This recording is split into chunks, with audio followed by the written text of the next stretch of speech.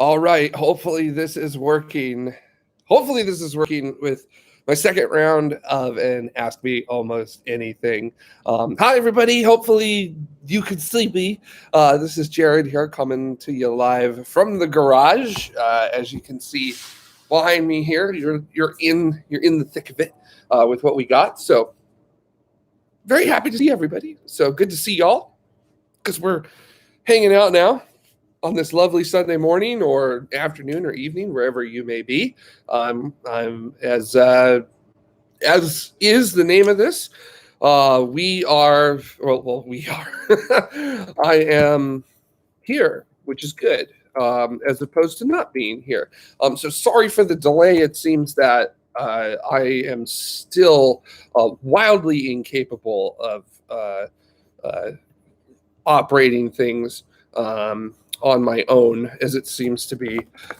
So very big shout outs to Colton for helping out with that. So Colton, thank you so much. And I'm just jumping into the chat room now to make sure that I have everything here so that I can hopefully push all of your things to this here. Although, Cole, I'm not seeing anything from it here in terms of showing that. So maybe we'll have to figure that out at some point with that there.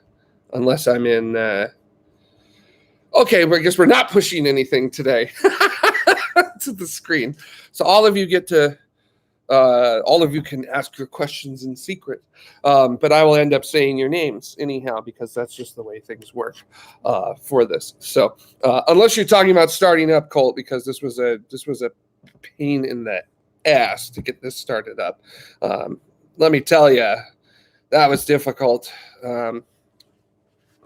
Yeah, I'm not particularly pleased by that. Clearly, what I need to do at this point is purchase Google and fix YouTube for them, which should be a piece of cake. So, it's not that difficult. So, just become a very wealthy tech bro.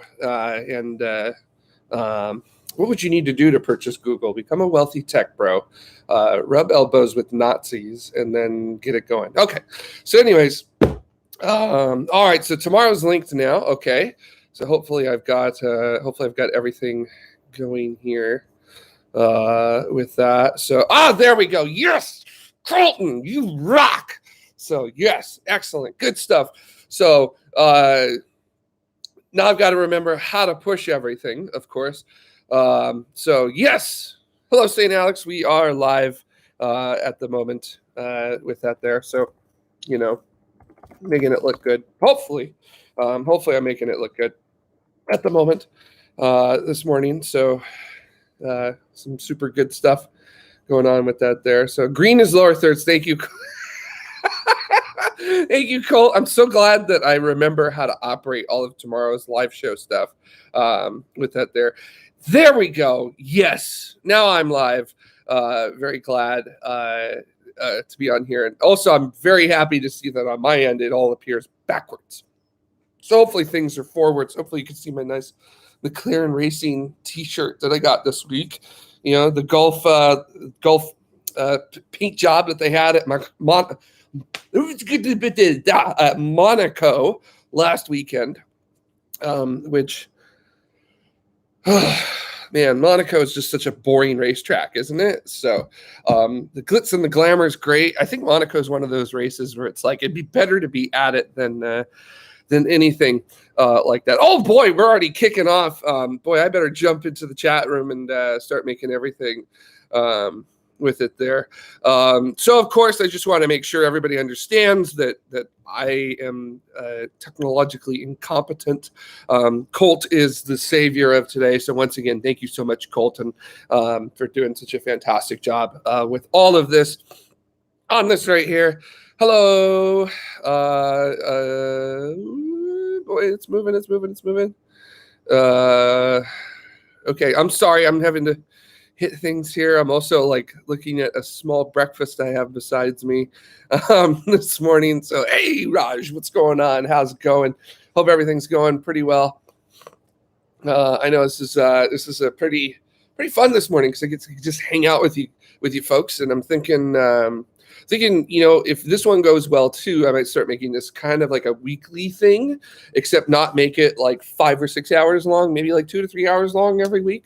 Of course, it has to happen after Formula One races and everything, which is fine because at least here in Los Angeles, where I am, that's like 4 a.m, 5 a.m. So I think the next one at Baku is 4 a.m. for me here.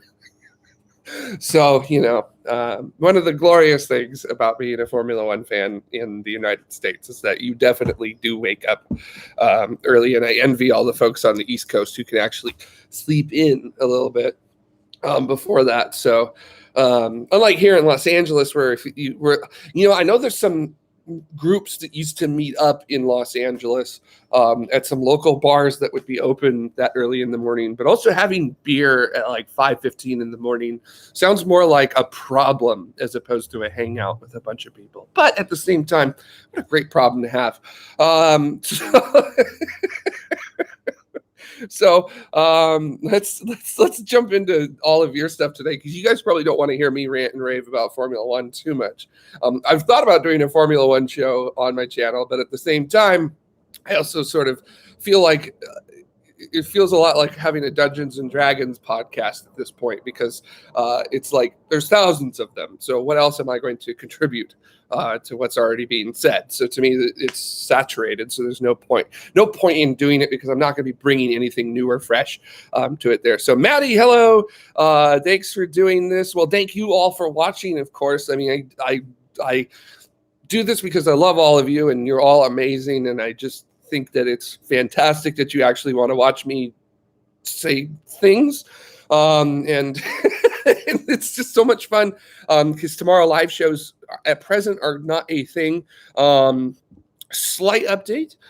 They will not be occurring in the June-July timeframe that we were thinking that they were going to be occurring, a little bit later down the line. But, because other things come first with other folks in the show. Perfectly fine with me.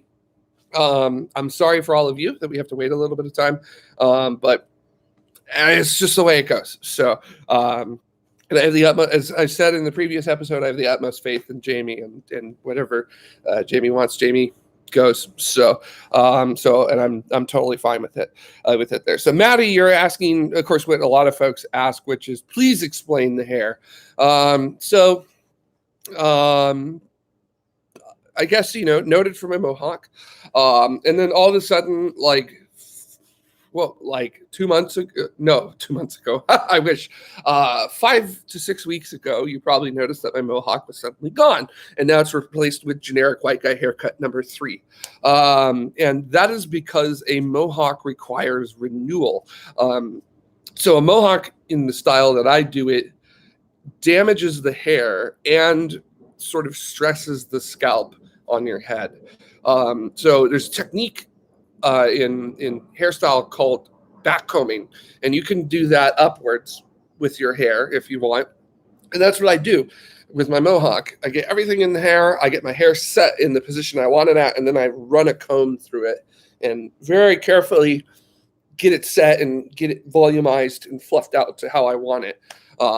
Doesn't work all the time, simply because I'm into my early 30s now, and as you can see, the male pattern baldness is kicking in, and it's really kind of one of those things where once I'm at this level now, I'm starting to notice there's certain parts of my head where it's just like, there's very little hair there.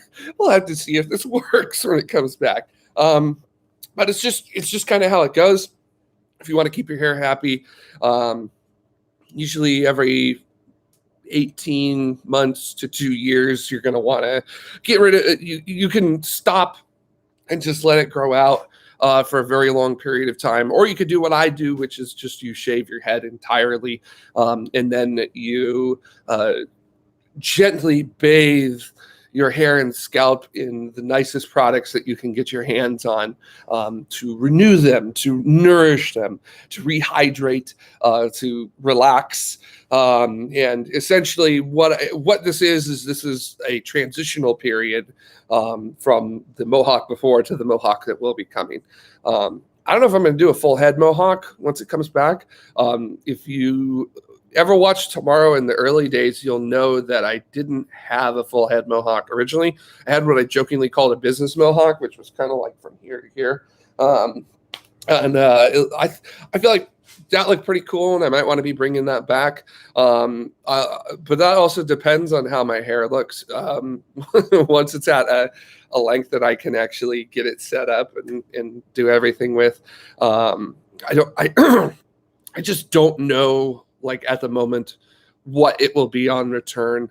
There's also been some really cool. There's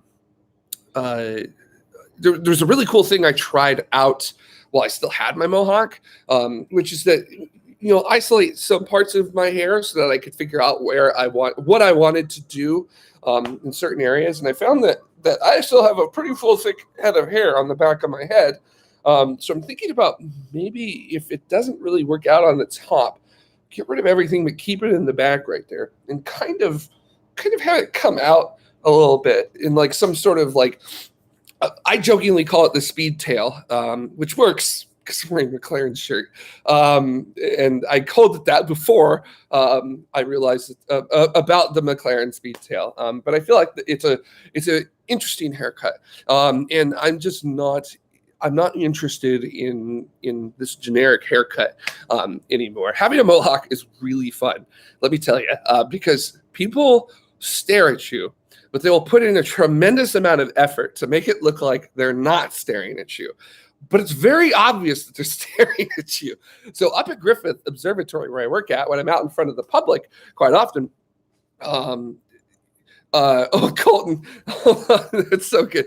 Yeah, Colton is saying speed tail, so much better than a rat tail, which I used to rock when I was a kid. Yeah, I can't do that. I do not consider myself dorkish enough to rock a rat tail like that. I am not training to be a Jedi. I'll just put it that way. But yeah, going back to what it's like to have a mohawk. People are always like trying to look at me. Like here, I'll just go ahead and kind of just do a little demonstration of how this goes. Where I'll be saying something and people will just like be looking at me and just trying very hard to make it look like they're not looking at me. They'll do everything. Out of here, mosquito. So sorry, that's not what people would do. They don't run up to me and go, out of here, mosquito. Even though many people find me as annoying as one, so especially Reddit. But sorry, I'm not supposed to make fun of Reddit. It hurts Reddit's feelings. All right, so just kind of like this. Oh yeah, I'm not looking at you at all. Buddy. So yeah, that's basically what happened. So Maddie says, I'm thinking, want to do hair transplants. Hair on my forehead seems to be running back to hide some. Yeah, I feel you on that. It's just how it goes. I've always said that once my hair starts going, and that's it. I'm not going to do that. Personal choice. But I mean, if you want to do it, rock it. Grab it, own it, rock it, make it yours. That's a good way. That's a good way to do it. So, but yes, I shaved my head on April 22nd. Not that I'm counting the days. And actually, it's because of something. So I kept it, and I actually wanted to shave it beforehand, but then I had something I had to do that day, which I can't talk about at the moment because I'm under NDA for it. But hopefully it'll be coming soon, and I can tell y'all about it. Once an official air date for it is on, then I can say something about it. But for now, I can't really say much. Maybe I could say some things about it, which is that there was money involved, and that's all I'll say. So then we'll leave it at that.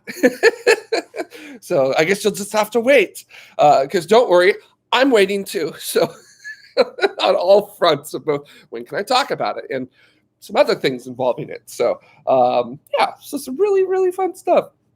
And of course, if you're just joining us again, because we're about 15 minutes in. Yeah, I saw that, Sophia. I'm sorry. I'll get to you. I'm just I'm a scattershot person this morning, so I'm kind of all over the place. So yeah, definitely. By the way, good morning, everybody. Cheers to all of you who have joined me this morning, or afternoon, or evening, or night, or extra early morning, wherever you may be. Super glad to have you all here. It's always nice to hang out And yeah, I don't know. Somebody said that they thought this was going to be a tomorrow thing, but it sounds like it's kind of partially. Yeah, this is more just like we're hanging out. Like we could talk about tomorrow if you want to, but ultimately we're talking about kind of like whatever you want to talk about. I'm willing to talk about. So yeah, and if I can't talk about it, like the thing I have an NDA over that I really would love to tell you about, but I can't tell you about it yet, then I'll just say I can't tell you about it. Or I can try to figure out a way to say as much as I can, as cryptically as I can. But also at the same time, not really. I'm not a real big fan of violating NDAs. Neither are the people who hand me the NDAs. So, and that coffee is needed this morning. I'm just like... when I woke up, I was just like, oh, okay, I guess it's this. Then I remembered how awesome all of you are, and it became exceptionally easy to get up out of it. So yeah, once again, Sophia from checking in from Bulgaria. Hello, good evening to you out over there. So any thoughts on the upcoming James Webb launch? Just, I guess my biggest overall thought about it is finally, James Webb has been a very long process. Yeah, James Webb was supposed to be just like a quick follow up to the Hubble Space Telescope. That was, what was it like? What were they originally thinking? They were thinking like 6 to 7 years of development and $1 billion to replace Hubble, something like that. But now oh my God, where are we? We are 24 years into development and at almost $10 billion with it. So the James Webb Space Telescope is a really great example of what happens when you do not properly fund a program that you are demanding generate technologies that have never been done before. So James Webb actually, if you look at what happened to Commercial Crew in the early days of Commercial Crew, where Congress was basically funding it to the tune of like 40 to 50% of what was actually requested. And then of course Congress comes back and goes, why is it taking so long? I don't know. Maybe you should look at numbers, you lawyers. But I'm not bitter about that at all. So James Webb, for the technology that had to be developed for it, was quite underfunded in its initial stages, and because of that, you've got to figure out where can you go around in the program in order to make that work. I think I've actually done a Tomorrow Space Pod about it, but this might be a really good thing to bring back up again because of the potentially imminent launch of James Webb. But yeah, a lot of people are upset that it's super expensive. Those of us who understand what James Webb is going to do and how it has to do that understand why it's so expensive, because nobody's ever attempted to keep an area the size of a tennis court at 50 Kelvin for 5 years minimum. Like, how the heck do you do that? But in space, it has to ride a rocket and it has to work the first time. So it's not like Hubble. It has to work. So things like cutting edge, bleeding edge, beyond the edge technology is not cheap.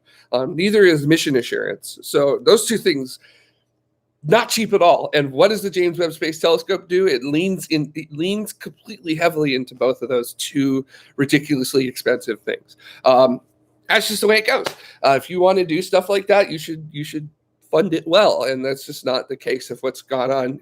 Not the case of what's gone on in a reasonable time frame for it. If they wanted to drop $10 billion on it, they should have done it over the course of a decade, not over the course of nearly a quarter century, like we're coming up on.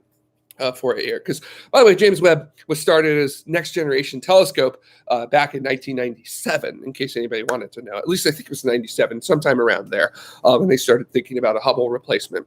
And by the way, I know, so hopefully James Webb will be launching sometime in November. It was originally scheduled for Halloween this year, which I think is that's like a good costume if you've ever thought about doing it. But apparently there's a problem with the Ariane 5 in terms of payload variance separation, and it likely has to do with pressure, sort of pressure equalization.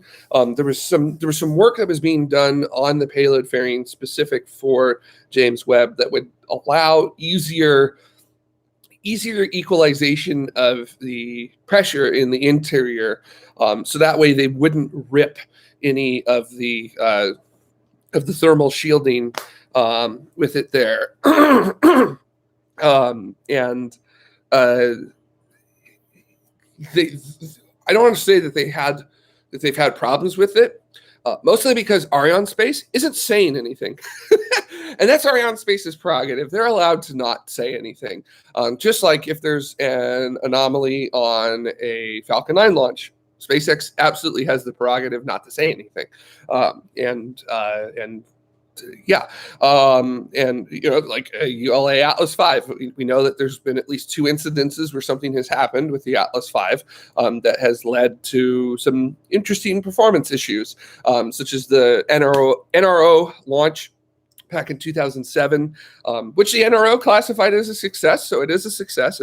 If your customer says it did it successfully, then it's successful. So I really, really hate to throw that out there, because I know there's lots of arguments and other things about that, especially on Twitter with experts. But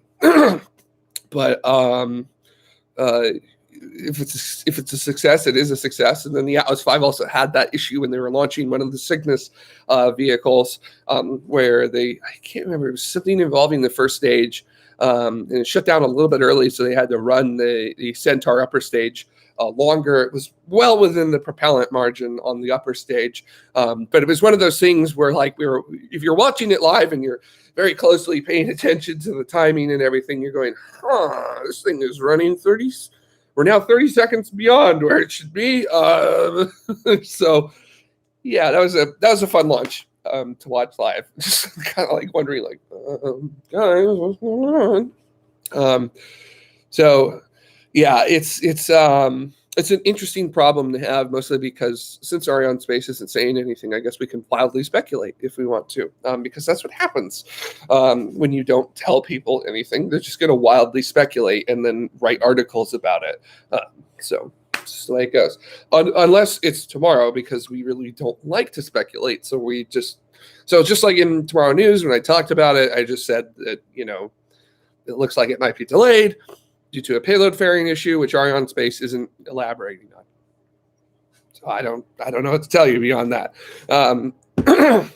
So yeah, and actually launch isn't the scariest part of the James Webb Space Telescope for me. It's that month after launch when it's heading out to the L2 point, where it's unfolding everything and setting itself up. And it's just like, oh God, like, man, I thought landing on Mars, 7 minutes of terror was bad. Now we've got 30 days of horrifying origami to contend with. So that's James Webb. So yeah, Maddie, actually, you make a really good point, which is that people often forget that this isn't a matter of funding this one telescope. It's funding the research that will keep us doing things like this, and we don't have to pay for the same research twice. Yes! That is such an important thing that a lot of folks don't understand, which is that this is being done both as a hooray, James Webb is up and going, woohoo! And then another aspect of it is that, woohoo, who else wants to use this technology? And I think that's always been like one of the best things I think about NASA to me, is that NASA develops this technology, it does all this amazing stuff, and then it basically throws the technology out there and goes, have fun, do whatever you want with it, make your own stuff with it, have a good time, private industry. So, which has been a little fun this week. So, yeah. So we'll see what happens with James Webb. So I do want to say something, though, about James Webb. Besides that, I'm very excited for it, and I'm very pleased that it's finally happening, and that hopefully everything will go well with the launch and the month after the launch of getting it unfolded. Which is that there has been a lot of talk lately about wanting to rename the James Webb Space Telescope because of alleged things that James Webb did during his time as a government official before he became NASA administrator. And it's been a bit of a ruckus in the astronomical community about it. But turns out, if you do a very well-researched look into what James Webb did during his time period in government before he was the administrator of NASA, he was not involved in anything that he was accused of. If I remember correctly, the accusations from the article that were written is that he was involved in the Lavender Scare, which was basically if you're anything other than straight, which is not here, during that time period in the 50s, that you were basically purged from the United States government. I guess that's a nice way of putting it. That's the nicer way of putting it, purged. And that Webb was somehow at the forefront of this, and he was into it, and like he was the main driver of it. But it turns out he wasn't. He was not involved with it whatsoever. In fact, he was at odds with the person who was doing it, just not out of what that person, out of the Lavender Scare that person was leading, but just at odds with them because just didn't like working with them. So it would be very difficult to imagine Webb going along with what this person wanted, period. But of course, you throw something out there, you get enough authoritative voices saying it, and hearsay becomes truth. But there was a really good article, and I can't remember the astrophysicist's name, and I always forget his name wrong too, because I'm not particularly hot at remembering names, unfortunately. But he put out a fantastic article about James Webb. And he really went in and did a tremendous amount of scholarly research, just diving deeper than anyone has any right to do, to talk about that, and just basically dismantles the entirety of this idea, of this straight up lie about James Webb, as to why the telescope needs to be renamed because he's problematic. He's of the time era that he's in. There's probably a multitude of problematic things about him, but the one thing that is being used to try to, at the forefront, to remove his name from it isn't true. And I'm 100% a-okay with problematic people being called out and being eviscerated publicly. But at the same time, if you're going to do that, those things need to be based in hard fact. I have a very difficult time often trusting sources and things like that because of things like this, with James Webb wanting to change the name because of him being involved in the Lavender Scare. And then somebody comes along and does the actual scholarly research for it and finds out that it is literally just a bunch of bullshit that somebody put out there because, yay, I could get a good headline in this article if I make something up and make an assumption and make hearsay and then go forward from here on out with that. But so it goes, right? That's the way it goes. I'm just going to go ahead and throw it into the chat here from Hakeem Olusay. I get his last name wrong, but Hakeem Olusay had, if it's wrong, somebody tell me how to pronounce his last name and I will basically remember forever. But I'm also going to push it to air so that way people who want to take a look at it. This is a link to his Medium article, which is just basically a fantastic dismantling of this big lie about James Webb, which, by the way, I did buy into it for quite a while, for a couple weeks there, until somebody sent me that.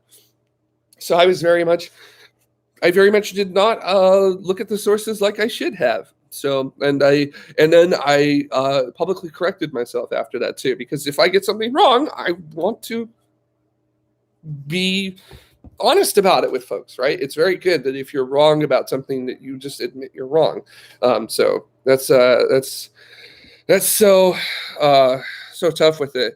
And yes, 99 Slacker. Yeah, there are so many stories, unfortunately, of things like that where basically the sterilization of Alan Turing other things like that. Yeah, it's man, history sucks, but it needs to be talked about and brought to the forefront, because then we hopefully don't repeat those things. Repeat those bad things. And Ocean, good morning, Ocean. Good to see you there. Oh, okay. I see what you're doing. Okay, so Hakeem's last name is pronounced Uluwesi. Uluwesi. So hopefully I'm saying that right. Hakeem Uluwesi. So cool. Now I know. Thank you so much, Ocean. See, this is the amazing thing about all of you who like follow. This is why I like this is why I love you guys, because like you know, and if I ask a question, I want to get a correction, I can get it, and that's so great. And Natty, yeah, better to follow someone who admits their mistakes than someone who swears they're never wrong. Yeah, I would much rather be around people who don't know than people who claim to know. So yeah. So good way to do it. It's one of the nice things I really like about working up at Griffith, which is that when I was starting up there, my boss was like, yeah. And if somebody asks you a question and you don't know the answer to it, have no hesitation to say, I don't know, because there's nothing wrong with saying, I don't know.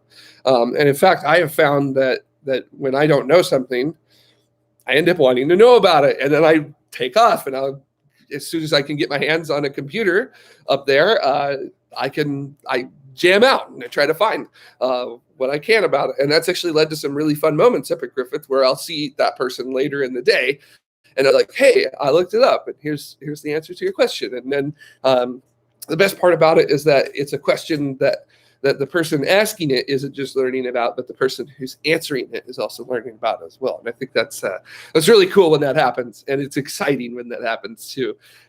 Just like, oh my gosh, like that's so cool when things like that happen. So excuse me for a second here. My throat has decided that today is the day where all of the mucus shall be released.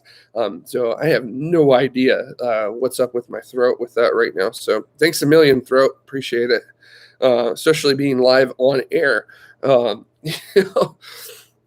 right, let's jump into the comments that we have here. Some people doing some things. Oh yeah, Maddie, very good. Yeah, you are not in an industry where you should risk violating an NDA. Yeah, there's plenty of things I can't talk about, and I'm not going to talk about them.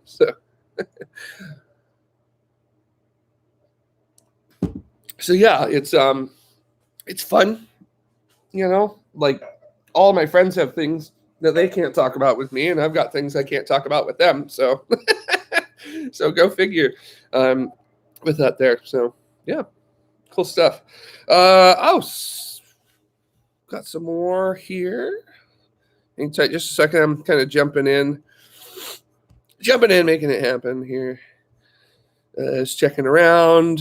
Let's see. All right, Sophia, we got you here.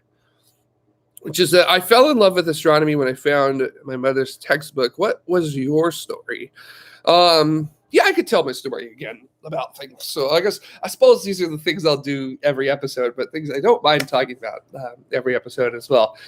So my household is a aerospace household. My father, when I was a kid, worked for Northrop Grumman, or Northrop at that time in the Los Angeles area on the B-2 Spirit and other things.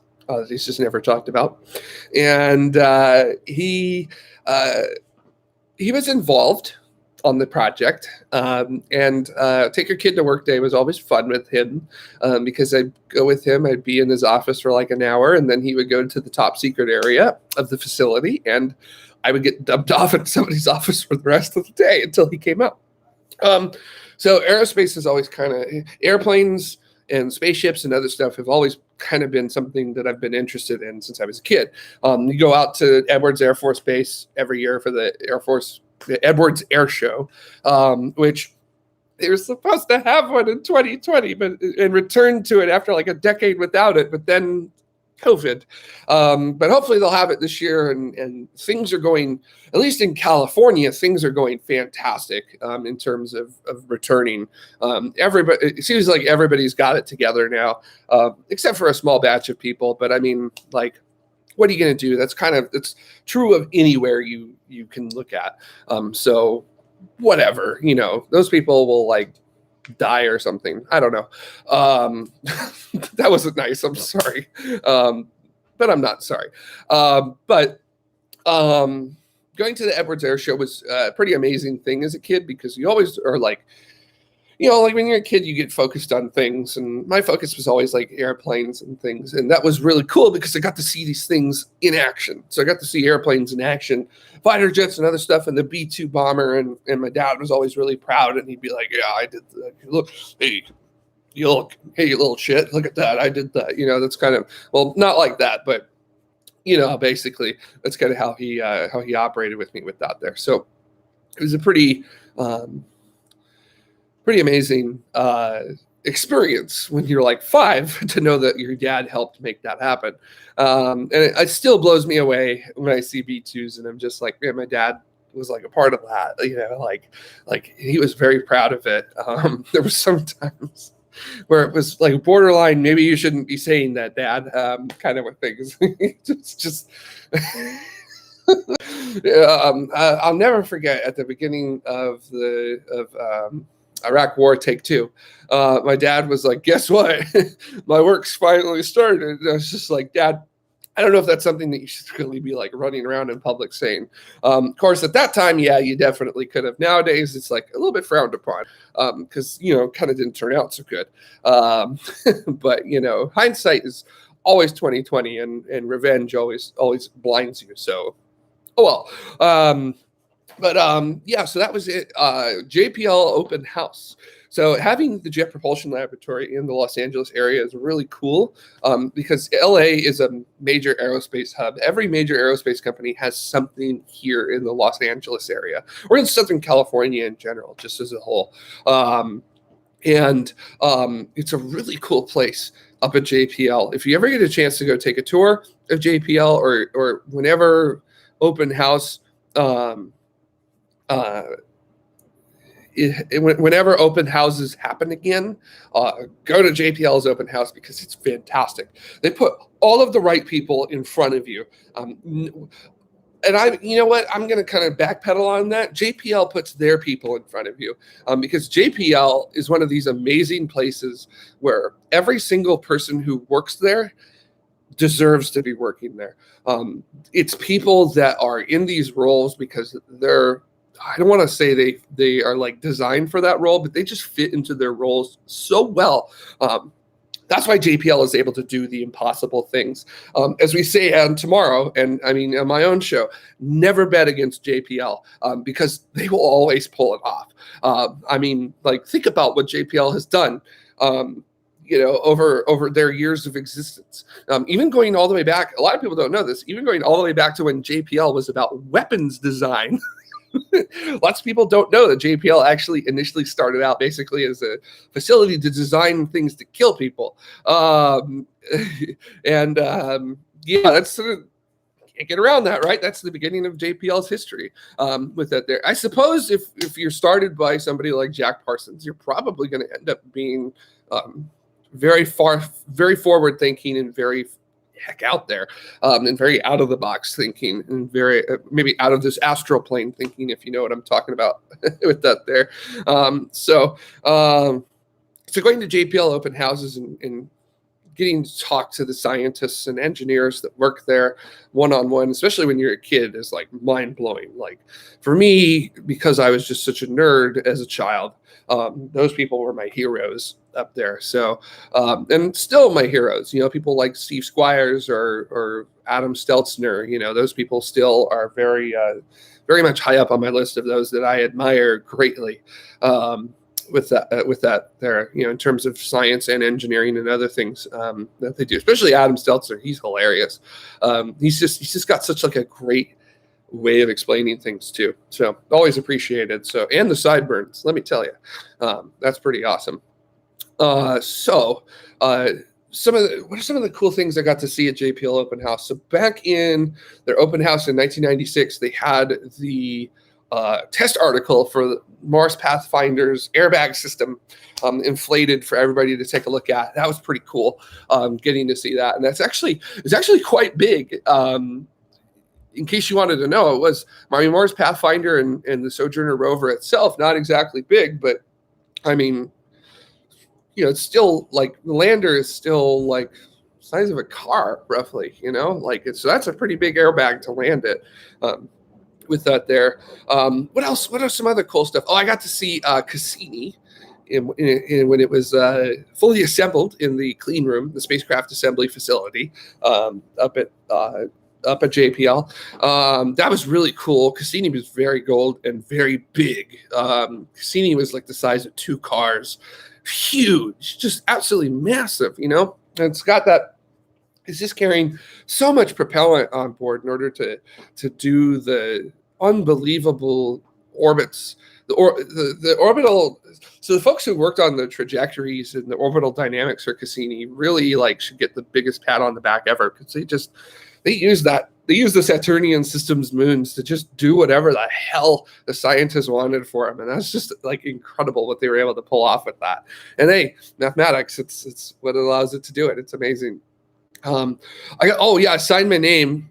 This was back when I was in, 3rd grade. Signed my name that went on a CD that got attached to Cassini. So send your name to Saturn or something, whatever it was called back then. So I'm really glad that they deorbited Cassini, because I didn't want anybody to somehow get my signature and do identity theft from that CD that was on board. So that really dodged one there, let me tell you. What else is some of the cool stuff that I've seen there? Curiosity. I got to see Curiosity in various stages of its build. I got to see it when it was a box.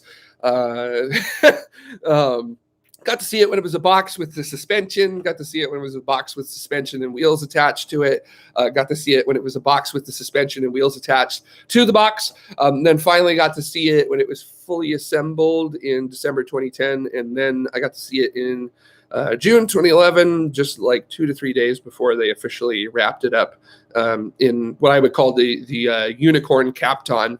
And then send it off to the Cape for launch. So if you're wondering what I'm talking about with Unicorn Kapton, I have an episode of the mini show Adventure somewhere on my channel that you can follow. I think it's the first one, second one. That when I go to JPL and actually get to see Perseverance, which I saw Perseverance just a few days before they shipped it off to the Cape. And I don't know what the material is that they're wrapping it in. I don't even know if it's Kapton. I don't think it is, because Kapton's a tape. But I just call it Unicorn Kapton, because it looks like the stuff that you would make unicorns out of. It's silver, very shiny and sparkly. And I'm sure it's probably some kind of anti-static wrap, something like that, obviously to protect to protect the vehicle and all the equipment associated with it. So, so it's pretty cool. I gotta say, I've been very lucky to see a lot of cool things. Even when I was a kid, I was very lucky to see a lot of cool things. One thing that I do have to say that was very fundamental for me getting where I am now is that my parents were very willing to allow me to guide my own life.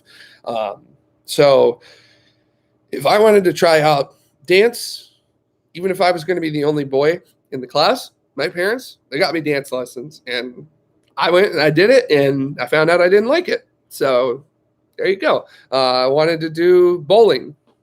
So I did bowling for quite a while and was doing sort of junior competitive bowling too, but then just kind of didn't keep an interest in that. So I just left it. Towards the end, so in middle school, I definitely lost my passion for science because of the classes that I took. Math has never been my strongest suit. And I'm not bad at math. I just require a significant amount of time in order to accomplish the mathematics that science often requires. Significantly longer than most people. And that's just because of the way my brain is wired. My brain is literally wired entirely differently than other people's brains are, for better, a lot of times for worse. And I could talk about that a little bit later too, if you're interested in hearing about what it's like to have a mental health issue and other things like that. So I'm totally open to talking about that. If anybody wants to bring it up later or even after this, just be like, hey, Jared, tell us about why you're nuts or something like that.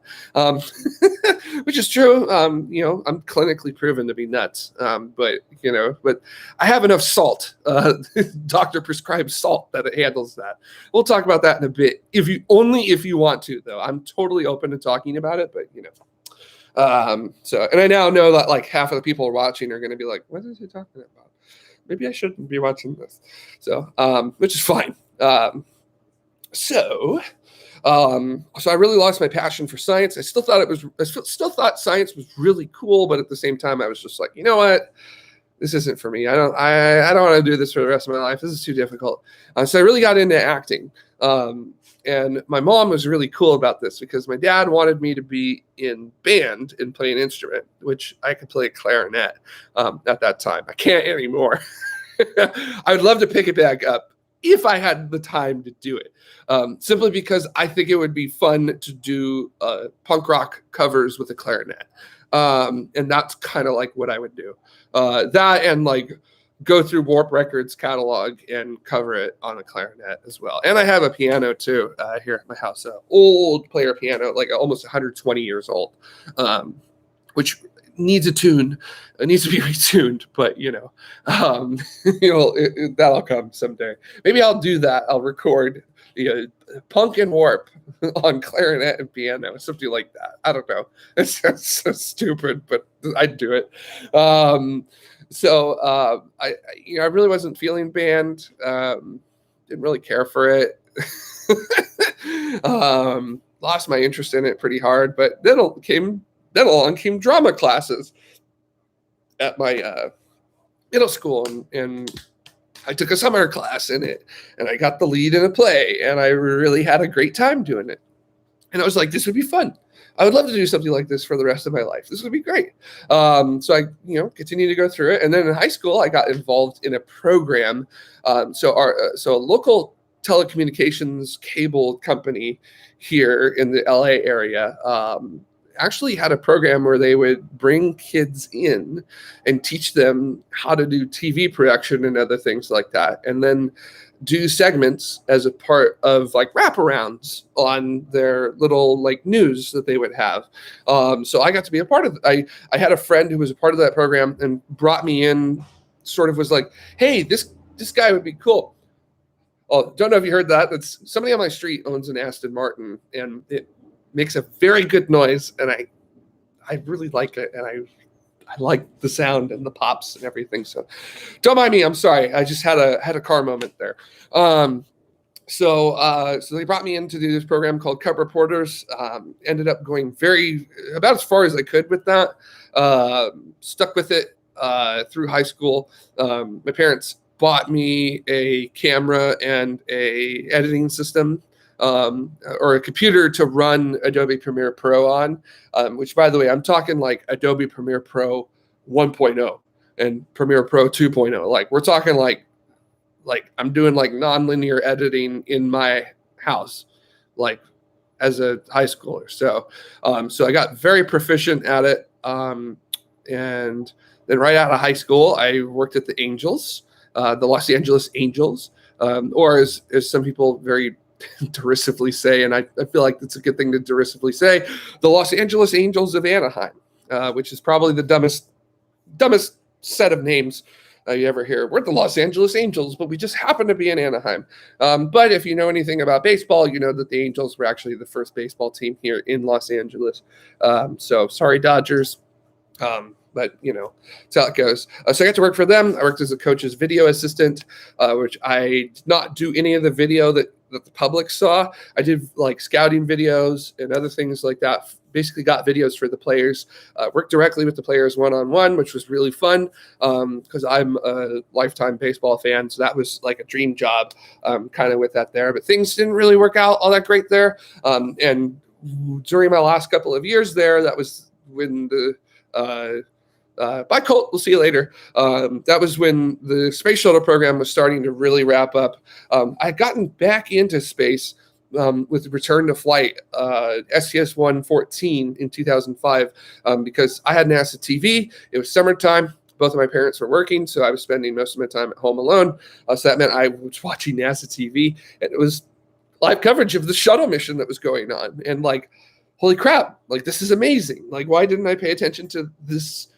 Why did I stop paying attention to this? Like, this is amazing. So I paid attention to it from there, and it just kind of grew. And then I started to work at, I started to get into what I wanted to do in filmmaking. So I started to work in and around Hollywood.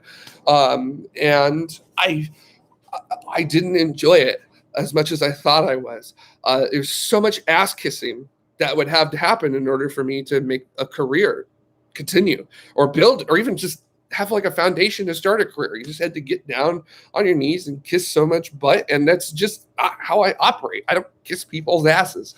I put in the work and I make it happen. I don't like half-ass. I don't half-ass my work and then the other half-ass keep it available to kiss it. So like, that's just not how I am. I'm 400% into whatever I'm doing. And then if I want recognition, somebody can give it to me. I'm not asking for it. And if somebody needs recognition, I will give it to them, but I'm not going to roll on the ground fawning over them, you know? And I just realized there was a certain point where I realized I'm not having fun with this anymore. Like, I'm not enjoying this, and I'm not going to, and I don't want to have a career that I'm not going to enjoy for the rest of my life. So then I had a crisis. I'm like, well, what am I going to do with the rest of my life? And then I ended up getting very lucky and getting called in to do some photography work on a shuttle mock-up, which had been sitting in storage for a decade.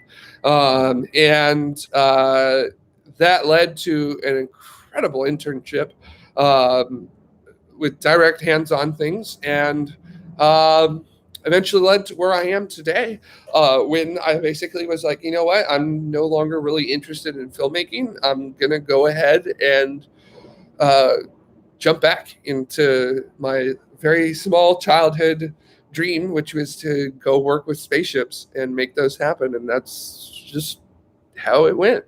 And not quite back at that point yet, but working on it very, very hard. Aerospace is one of those, it is one of those industries where people will often look at your degree as opposed to the work that you've actually done and then make a decision on that there. I know Elon Musk says that SpaceX doesn't look at degrees, but I'm here to tell you that's absolute bullshit. Elon's bullshitting you on that front, because his HR department sure didn't get that memo from him. Let me tell you that. And that's not just in my experience. That's in a vast majority of people I know who have applied with that there. If you don't have the degree with that there, that's kind of, you're not getting in. It's very rare with that there. So, see you in a bit. So yeah, it's an interesting world to be in. And I really do enjoy it. There's times where I have to turn off the world outside of it, simply because people are very mean about other companies and other things such as that. And that's not how it is on the inside. Everybody is rooting for everybody else. And it is like one big family. And when one succeeds, all of us feel like there's success around that, because we're all aiming for the same goal in aerospace, which is to use space to enable people to have better lives. Is the ultimate goal of it, right? And nobody really, there is very few instances of folks in the industry putting down anyone else attempting to do that. Plenty of tweets and plenty of smart remarks from folks about that, but in industry itself, you'll find that's very rare. Everybody is rooting for everybody because we understand that all ships rise with the tide. Anybody's success propels all of us forward, and that's super important because it adds validity. It adds this sort of weight that yes, this is something worth pursuing. With that there, so just saying. With that there, I know people love to bash on certain companies and other things. I know Blue Origin gets a lot of flack on social media, and I know SpaceX gets some flack from people. The Space Launch System is basically universally roasted by a lot of folks on social media. But if you turn off social media and you actually look at the actual industry, no, that's not how that works at all. So yeah. So roundabout, that's my story, I guess. Actor, filmmaker turned aerospace engineer. But obviously I still use my filmmaking and my acting when I'm doing TMRO stuff. Although most of the time when you see me on TMRO, I'm not acting. I'm just being me. That's really how I am. Although off camera, I'm a bit more reserved and a little bit quieter, and not as like nuts. Because I know when I am on camera, I've got people's attention, and I'm a bit of a attention whore on that front. I'm a slut for attention, and I will say and do things that will do that. I'm a monkey on camera. I'll do anything to see. To get what I need out of my audience. Yeah, take that as you will. But yeah, that's kind of how things go with that. So I'm going back to school in August to pursue my degree. I think I've got some experience because that's me right there. So like, I don't have a degree, but I know how this shit works. Okay. So I'm not saying I'm going to go build a Falcon 9 from the ground up, but I understand the principles of how that works. It doesn't work all the time for what I do, but someone else will foot the bill once I get hired, right? Some rich billionaire, I'm sure, will be happy to foot the bill. But yeah, I build my own rockets, here in my garage on this table that I've got my laptop sitting on right now. Yeah, I think that'll give me a little slight edge with that once the degree is done. And then also, as an engineer, I have the ability to talk to people, which is apparently turns me into some kind of mythical unicorn, I guess. I don't know, because when I talk to engineers, it's perfectly fine. And then when I go talk to regular people, I'm perfectly fine too. I don't understand it. But apparently being an engineer and being able to talk to people is some sort of skill that doesn't actually exist, but it does. I guess I'm like Area 51. Like I'm not acknowledged to exist, but it's pretty damn obvious that I'm here. So I don't know. That's just, I don't know. But yeah, hopefully I have my degree work done in 2 to 3 years. That would be mighty nice. I have to see it because of mental health and stuff. I need to see how much I can subject myself to. And then afterwards, I figure out who I really want to work for. So JPL is like number one on my list of places I want to work at, obviously.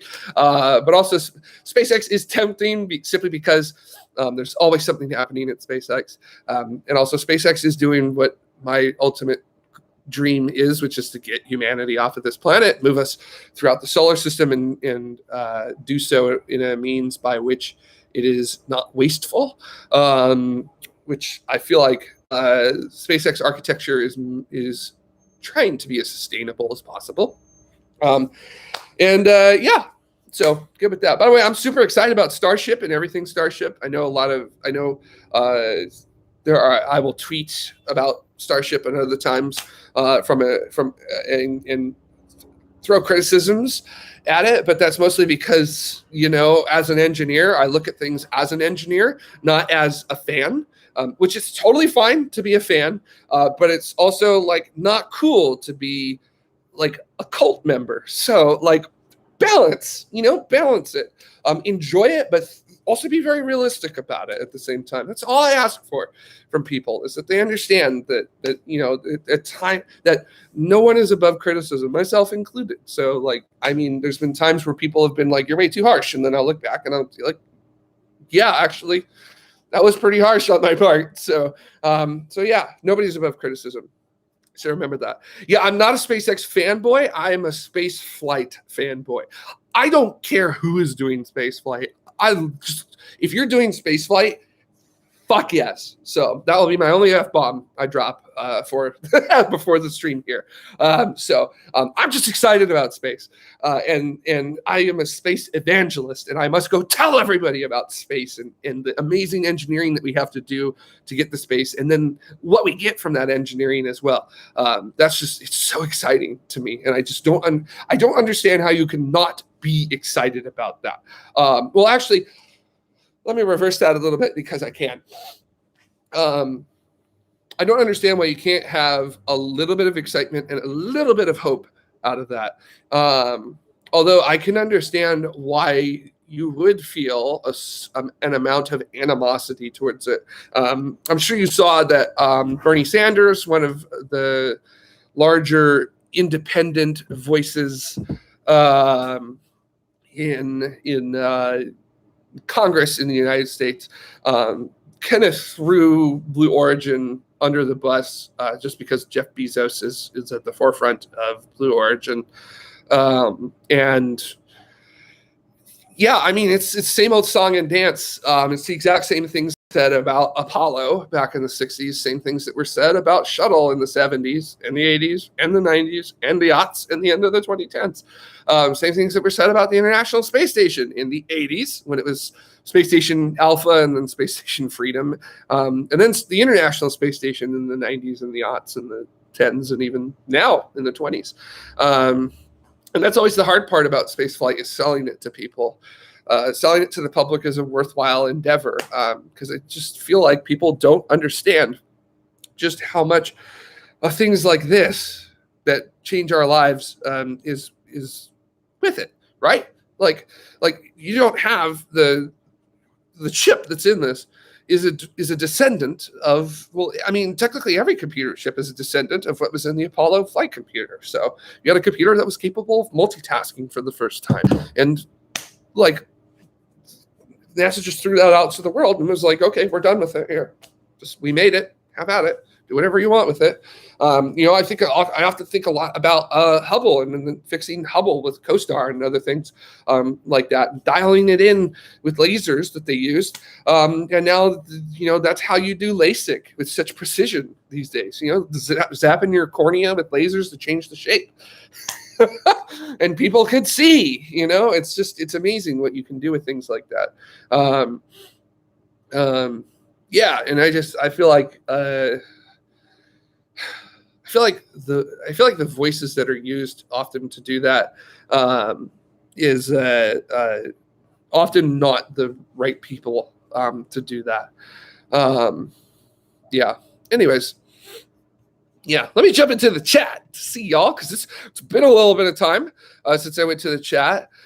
Joshua Rankima saying, I wish I could see the JPL pumpkin contest this year. Hi, Jared.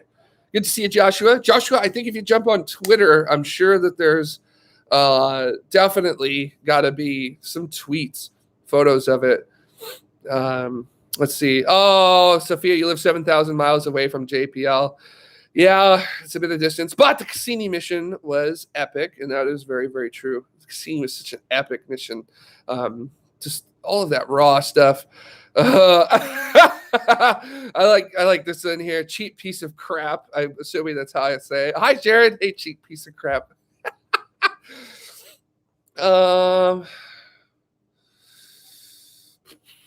Yeah, Maddie. So saying I got so lucky in middle school as far as math and science. I hate busy work, but I love the sciences. Dr. Vaughn always applied lessons to the real world and made it fun. Thanks, teachers. Yeah, good teacher just changes everything. Good teacher makes it happen, and that's what's so great about it. D-Pod in the house. What's up, Ryan? How you doing? Good to see you here today. So glad to have you here. Darko, hello. Welcome aboard. Glad to have you here.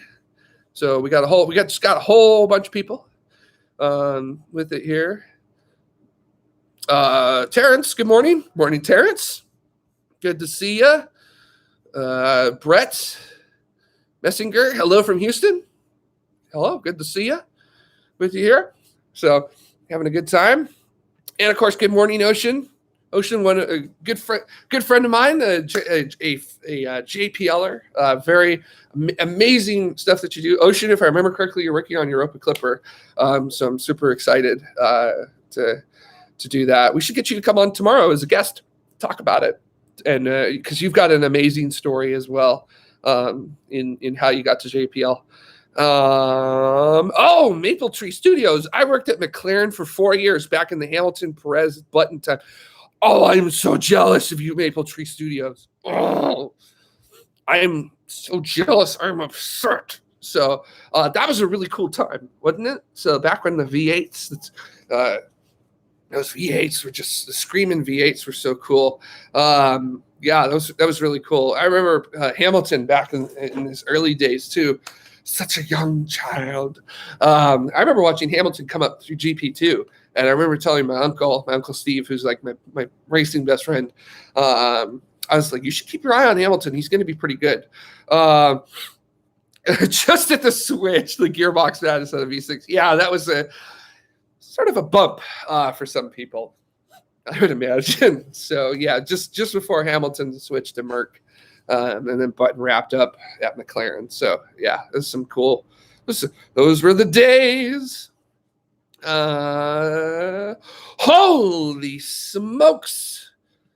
Hold on, I need to jump in here. Sorry. No, I gotta send a text message real quick. I'm sorry. All right, got that set. All right, Nathan saying hello from South Carolina. Hello, Nathan. Glad to have you here. I recently realized that from my apartment, I could see the Falcon 9 first stage re-entry burn on nighttime Starlink launches. That is sick, Nathan. Nathan, you need to film that. So film it or take photos of it or whatever you do. Just make it happen. I want to see it with it there. Here in LA, where I live at, I don't really have a clear view to the west. But at night, I can see the rockets when they're going. And actually, when InSight was going to be launching from Vandenberg, I wanted to go up because that was going to be my first interplanetary launch I had been to. Of course, the day before, I got sick with a very nasty cold. Yeah, I decided not to go up. I saw especially when I saw the weather report, because it was like fog down to 1/4 mile visibility. And I'm like, fuck no, I'm not driving through that. Whoops. Second F-bomb of this. I'm sorry. I promised I was only going to do one. There's two. Hell no, I'm not going up to Vandenberg. I feel ill and I don't want to drive in that fog because I don't need to see a rocket or listen to a rocket launch again. I'd rather see and hear a rocket launch. So, it sucks at Vandenberg when it's foggy, and I've been up there for 3 launches when it's foggy, and it's not fun. So it's cool to hear the rocket, but you're also like sound is cool, but sound and sight is so much better with it. So yeah. So I'm very yeah. So for InSight, InSight. I was talking about InSight. I watched it launch from my front lawn. So about like a minute into for the first stage, it finally crested the houses, and I watched it all the way up until first stage cut off. which is amazing because damn, that thing's cooking at first stage cutoff. Alice 5 is moving at like what 10,000 miles an hour at first stage cutoff. Goodness gracious, Mach 13, 14 is nuts. It's nuts how fast it looks. And then, of course, as soon as it cuts off and it starts, saw second stage start up, and then that was it. We saw start up, and then that was it. As you know, first stage is Kerolox, kerosene, liquid oxygen. So it's burning dirty. So it's hot.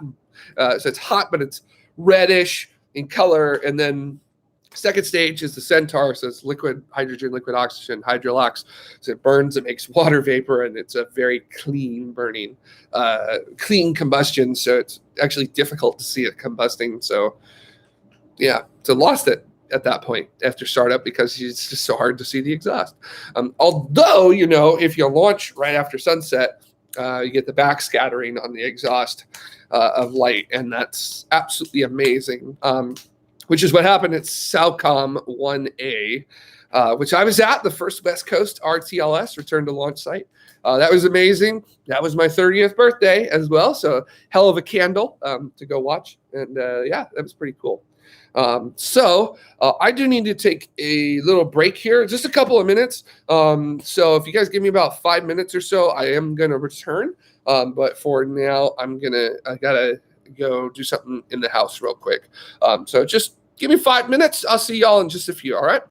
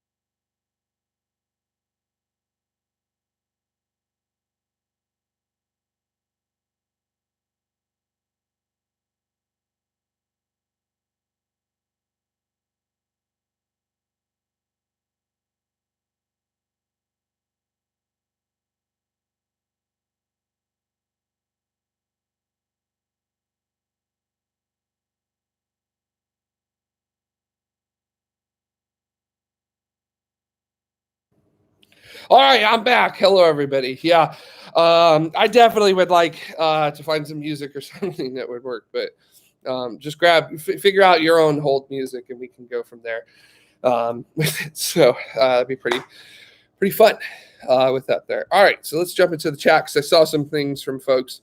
So Anonymous is asking, excited about the James Webb Space Telescope. Any updates on that?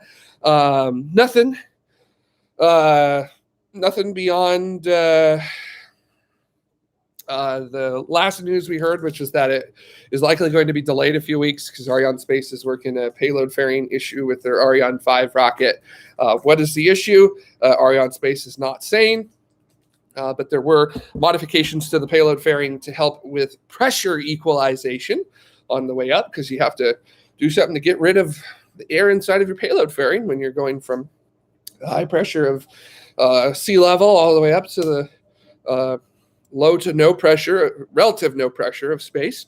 And you don't want to pop the payload fairing open and accidentally tear the sun shield or hurt James Webb in any way. And in addition to that, there were 2 Ariane flights last year which had issues due to the payload fairing pressurization. Didn't affect their payloads because they're robust.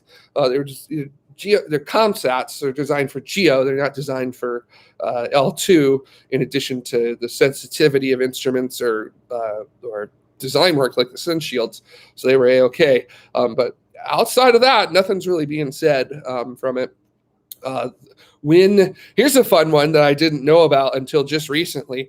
They're not actually saying when James Webb, or they're not actually going to say when James Webb is heading down to Guyana at Kovu for launch, because they don't want pirates to attempt to capture it for ransom.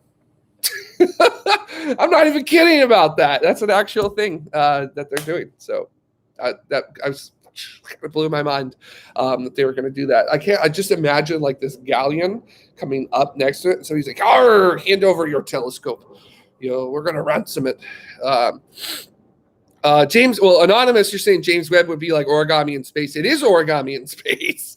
And in fact, as I jokingly said earlier today, when you're landing on Mars, we call it the 7 minutes of terror, but James Webb is going to be 30 days of horrifying origami, because it's going to take us the whole month getting out to L2 to unfold and do everything. It's just every day it's going to be something going on where it's just like, oh, it worked. So, and that's just the way it goes. So, you can't take James Webb and stick it on a starship, because 1, starship ain't ready, and 2, you have to change James Webb to handle the environment of starship. I think I covered that in the Tomorrow News when I talked about the payload fairing issue with that, which is that, you can't just grab something and then stick it. You can't just grab something and stick it on another rocket, because you've designed it to fly on a certain rocket, and in some cases that can also inhibit you too. With Europa Clipper, Congress was mandating that the team keep the spacecraft designed to fly on both Space Launch System and a potential commercial vehicle. And that was driving the costs up a lot. And then recently they finally just said, okay, stick it on something commercial. So I guess we'll see what it ends up launching on. So yeah, I imagine they'll probably put Europa Clipper on a Falcon Heavy, and we'll see how that goes. Probably an expendable Falcon Heavy too, fully expendable, simply because you just want to get as much energy out of that and get it somewhere to go. Yeah, so cool. Yeah, so update, waiting for a new launch day. Hopefully not long for it. Yeah, Rogers, you're saying mini Starlinks are going to launch from Vandenberg. Yeah, I just saw yesterday the FCC licensing that came out, and they asked for 6 licenses from between July to January, something like that. So I'm very excited about that. As an astronomer, I'm not a fan of Starlink. The astronomer side of me is not a fan of Starlink. But the human side of me, which is just me, very much believes the internet is a right and everyone has a right to access of it. So to me, Starlink is the Kobayashi Maru. It is a no-win scenario. It's already ruining astronomy in some respects. But at the same time, I don't believe that it is astronomy's right to block the right of connectivity to others. So everybody loses as far as I'm concerned. So, oh, Maddie, are you asking anything else at L2? Gosh, I don't know right offhand. I could look it up. Actually, I was thinking about that too. And hopefully it is at L2. Yeah, it's at L2. It's behind the Earth. So,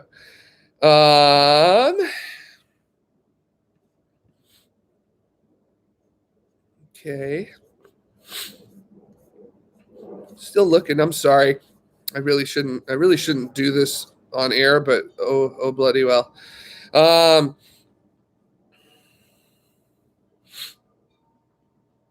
Okay, so some spacecraft at L2. Infrared astronomy spacecraft are at L2. So same with cosmic microwave background radiation spacecraft often go to L2. So WMAP. Oh, here we go.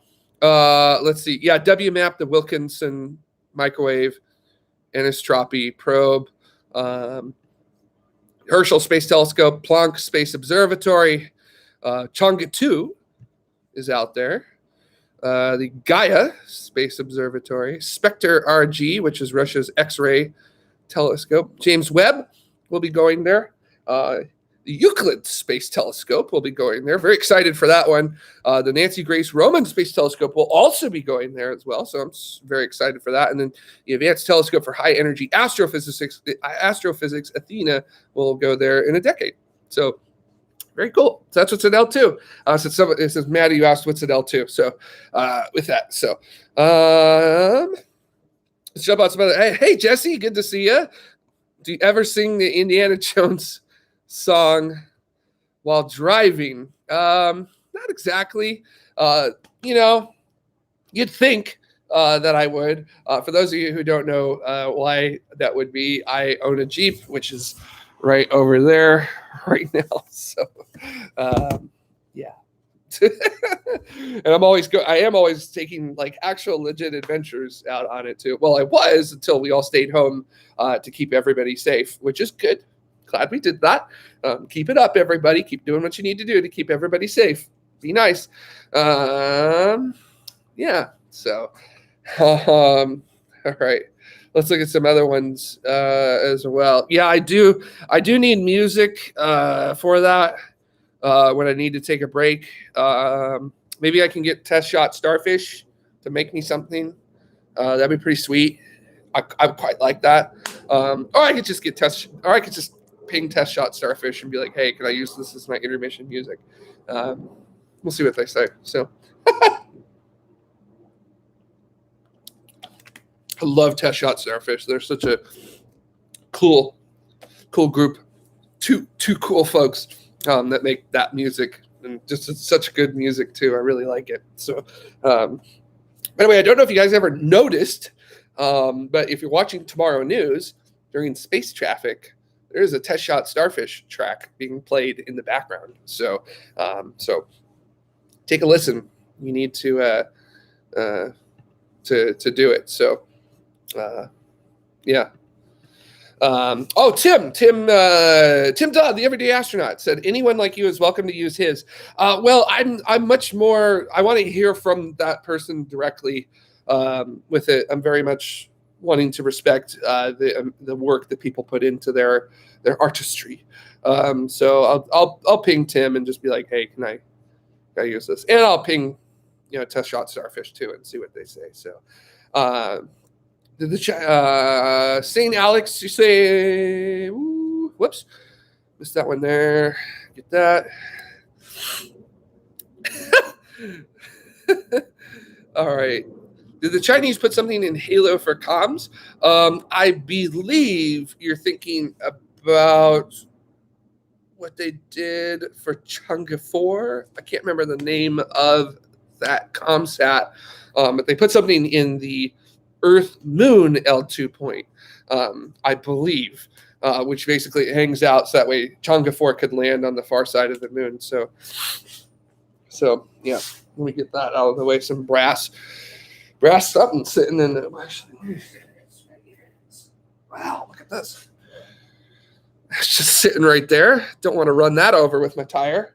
So, I mean, I got a spare back there, but I don't want to run it over. By the way, I guess I should just show you something really cool. So when I originally started on Tomorrow, besides just being a guest in March of 2015, I originally started doing space pods, and I shot them in my garage, like we have, like where I'm at right now. And there are actually, let me give you a little cool thing, which is that some of the marks that I made are still in my garage right here. So these pieces of duct tape, this is where my chair, where the back left leg of my chair would sit. That's where I would have my telescope for the background at. So, and then over here, there are some more pieces for lighting. So there's one that was used for where a light would go, and then another that was used for where light would go. So right there. So I still have the old stuff. And then, of course, I have stuff for all of my new work I'm doing now. Some more of those. So electrical tape marks instead of duct tape, because that just works out a bit better. But yeah, there's still remnants of the old Tomorrow still in the garage and just leaving it. So clearly for historical purposes. Saying you're replying to L2. Okay, gotcha. So, yeah. Yeah, what was it? See, now I'm gonna look it up. Y'all making me work today. I don't mind it. So it's pretty cool. Oh geez, I do not know how to pronounce that. Queequiao.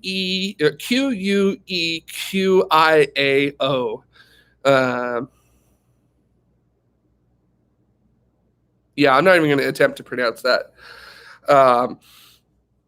Yeah, but that is in a halo orbit around Earth Moon L2.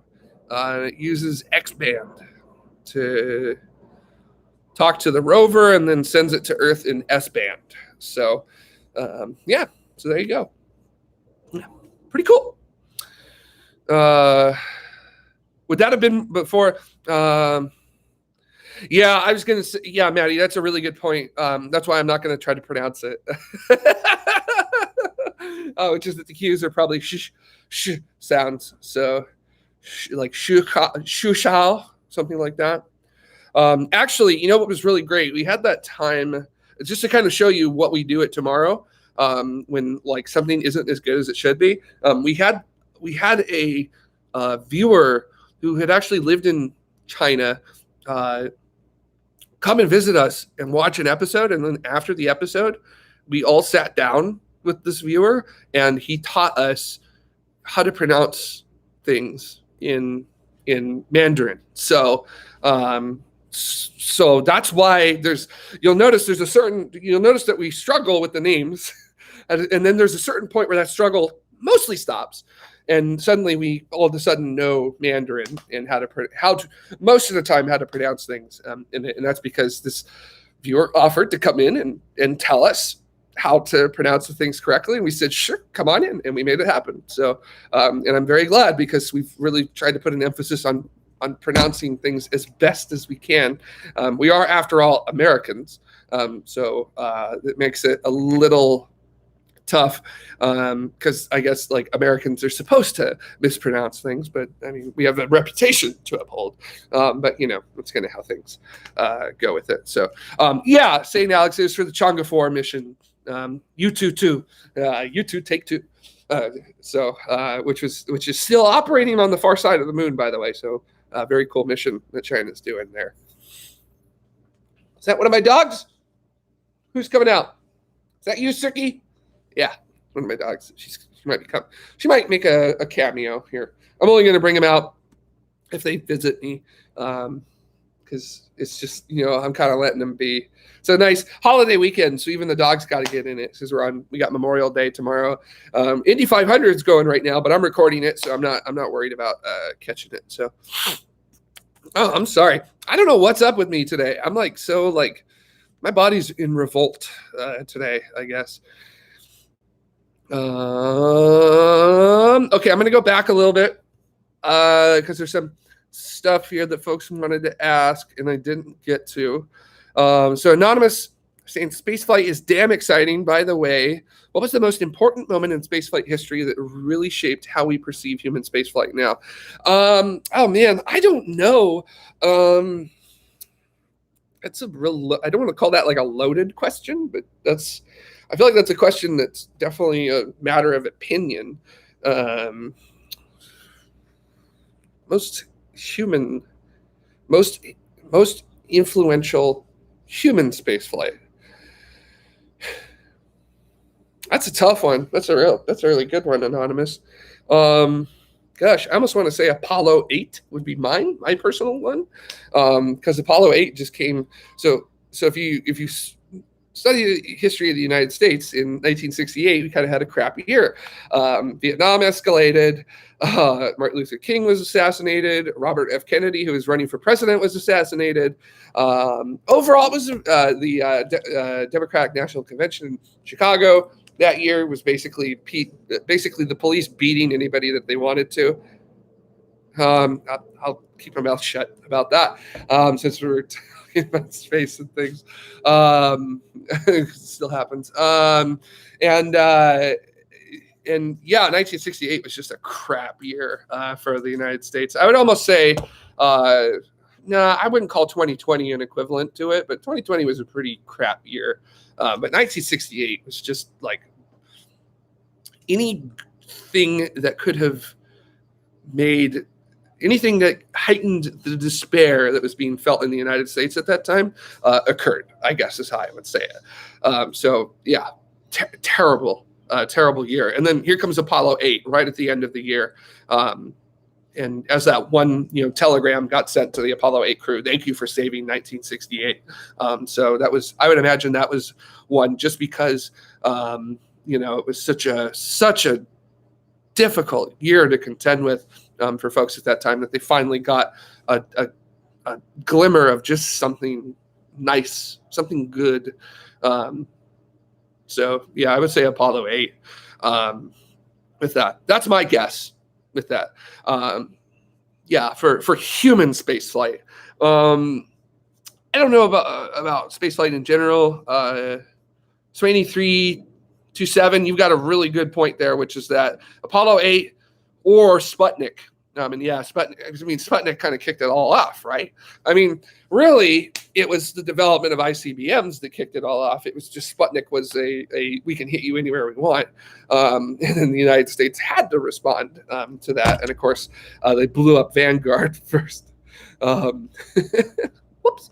And then, kind of went on with that. So, yeah, space race is really historically interesting because it really is my missile's bigger than yours kind of thing. And it just so happened we got technology out of it. So, and that's something that drives me nuts too about the space race is that people look back on Project Apollo as if it was this thing that everyone was just so thrilled about and so enamored and excited and everything. And really, even before Apollo started flying proper, even before Apollo 1, when Gemini was flying, people were questioning, why do we need to do this? We should spend the money here at home on the surface of the Earth. We're just, this is just a waste of money, a waste of time. This is Gil Scott Heron with Whitey on the Moon and other things like that. So, and I suppose if you think about that, along with the spending for Vietnam, very well valid criticisms from that time. So when we look back on Apollo today, we definitely do it with rose-colored glasses and sort of an attitude that was not prevalent in the time when Apollo was flying. Apollo 11 brought everybody together just because it was a amazing accomplishment and this, the culmination of all the work. But after Apollo 11, nobody cared. So even with Apollo 13 happening, there's that momentary spike and then it just kind of dropped off. So, so when you make a big goal and you hit your big goal, nobody's going to really pay attention after. So, yeah. So we'll have to see what happens with upcoming stuff like returning to the moon with Artemis and eventual Mars missions, which I think SpaceX will lead the charge on that, and I believe NASA will be purchasing the seats to make that happen. So, yeah, I don't foresee Orion making it to Mars. Unfortunately, I do see Starship making it there, not entirely in one piece initially. So hopefully they'll put in the work to make sure it does. So that's gonna be interesting. Like if they do like a large fleet of starships heading out to Mars, you're almost going to have to do that. So that way you do your EDL for number one, and then you find the problems, and then hopefully you can do software updates and other things and get that into your second starship and see how that goes and kind of work it that way. That's kind of what I'm thinking they're going to do. But, we'll see. So we'll see. So that's my 2 cents. All right, what else we got? Ryan, what spaceflight moment do you think Lance Stroll would best interrupt? I don't know. So maybe like stage separation or something like that. So, oh yeah, Nathan, you're asking about all those tape marks. Yeah, that was before the studio was built. So yeah, that would have been in early 2015. For that. So definitely a year and a half before we even got into the studio, which that was pretty cool. If you want to, there is a studio tour with Jamie from back in 2016 from like our first weekend when we were inside of it, not filming at it, but inside of it. Because TMRO was originally shot at least during my time period at TMRO, before we moved into the studio, the live shows were shot at Jamie and Carrie Ann's apartment at that time. So literally their living room. Their living room was like a studio. So if you can imagine that. So, which was great. And then when I was a guest on Jamie and Carrie Ann, when I was a guest on TMRO at first, it was at a different apartment, and it was their entire living room was the studio. And then their bedroom was where Dutta was at switching. So it was like the entire apartment was dedicated to TMRO. So that was that was for the days. So yeah. Jesse asking if you could have a dinosaur, which one would you want? Velociraptor, I think. It sounds like fun. Are Velociraptors big enough to ride? I don't remember. If there's one I can ride, that would be cool. Be like a cowboy, but with dinosaurs. Dinosaurs and cowboys. There you go. Whoever wants to take it, you're allowed. I'm allowing you to take it and make whatever you want out of it. So, yeah. Oh boy. All right. Well, I think what I'll do, I'll fire off some tweets just to let people know that I'm still streaming. And if you guys got anything else that you feel like with it, has it been 2 weeks already?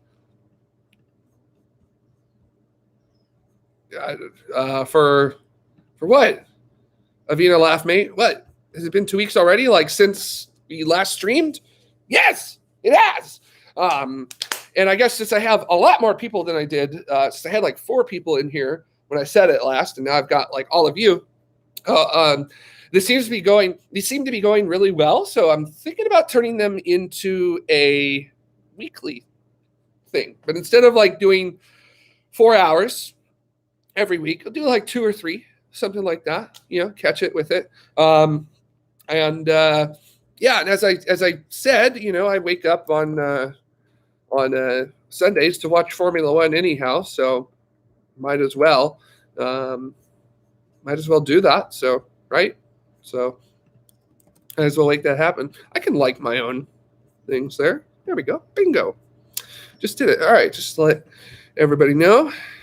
Sorry, I'm tweeting now. Ask me if anything. Stream is still on. Come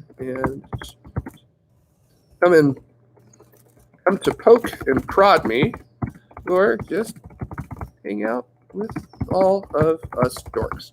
Yes, you all are now dorks in my eyes, but don't worry, I am a dork with you. So you are my favorite dorks. Let us be dorks together. Let us become mad dorkish. Here we go. All right. Cool. Yeah, good to see you too. Avina Laugh Me. It's really nice. Good to see y'all. It's been a while, right? So it's been 2 weeks. Also, all of the videos I promised to make, I have not with that there. So yeah, so I've been having an awesome time just getting back to work, really kind of getting back in with everything. Lunar eclipse this week was very nice. I thoroughly enjoyed that. I was up at Griffith working the live stream for it, and we were in and out of clouds the entire time, but it was fun. I tell you, the group of people we have at Griffith is just always a joy to work with. So it's always amazing how much fun we have and stuff like that. You shouldn't have that much fun at work, but we do. So yeah, good to see everybody here. Hey, Katrina, hope everybody's doing okay. How's the mohawk coming along? Pretty good. Hair is growing back faster than I expected, actually, which is good. Although, looking in the mirror, there are some spots, as you can see, where it's not as thick as it was. So we'll have to see what happens. So I'll just give like a quick rundown as to what I said, like at the start. Redoing the mohawk, you have to let it every year or 2 or 3, however you prefer to do it. You have to let your hair kind of have some time off for it. So I do a technique that's very similar to back combing when I do my mohawk. So I add the product, get the hair up, and then comb it upwards. That damages the hair and it puts stress on the scalp because you're pulling the hair up off of the scalp.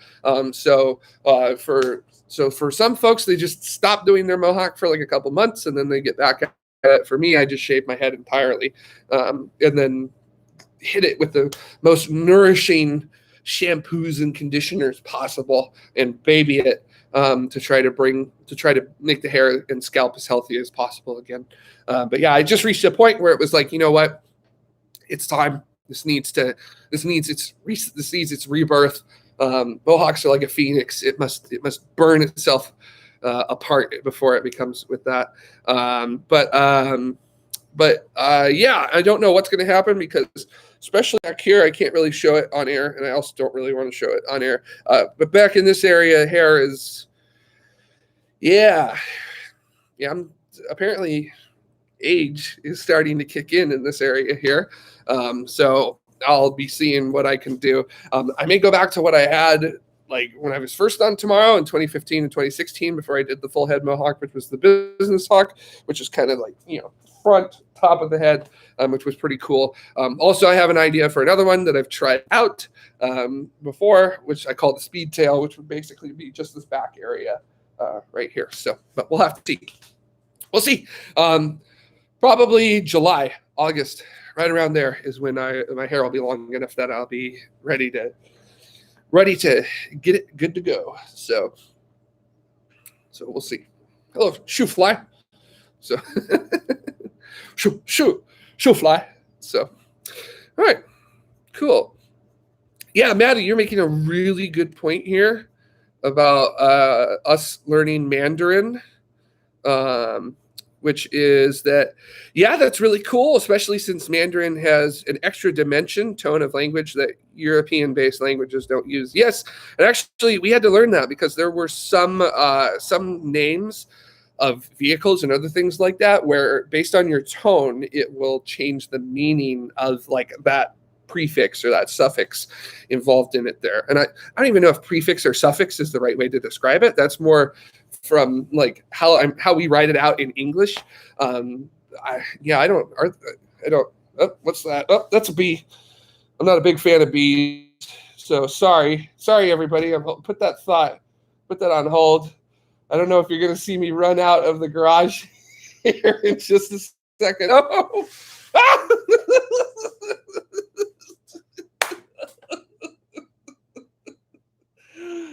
Woo! Heart was pounding there a little bit. So that bee started, it made a beeline. It started heading right for the fan that is aimed right at me. And I was like getting ready to just like bolt out of here. So I have a slight phobia of insects, flying insects, specifically. So as you could notice, that was starting to kick in there. Usually, I'm pretty chill with bees, but this one was flying around like it wasn't happy. It was flying around really like not lazily. So, yeah. So.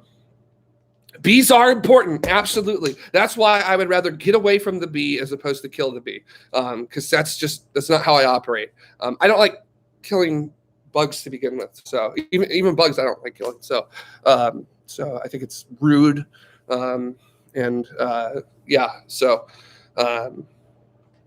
yeah, I'm cool with spiders though. Like me and spiders, we're like best friends. Mostly because I look at spiders and I'm like, you eat the bugs I don't like. So yeah, there you go. Saw me have a little bit of a panic there. So cool stuff. What the hell were we talking about before this? Oh yeah, language. Yeah. So whatever the phonetics are with it, we try to hit that as best we can. As you can imagine, it's tough without with China stuff, just because we're not. Mandarin is not any sort of like second or third language for us, but it's neat. I think it's a very neat language. So cool. Yeah. All right. Let me jump back in here. Oh yeah. Absolutely, Maddie. Shoo fly. Get out of here. Shoo. Where are you? Okay. I'm gonna throw this. Maybe that's what it is. Okay. I'm gonna toss this. I'm sorry. There we go. Okay. That works a bit better. Okay. Fly. Shoo. Shoo. Thanks. I'm the only one in the garage right now. Fly. I'm sorry. So,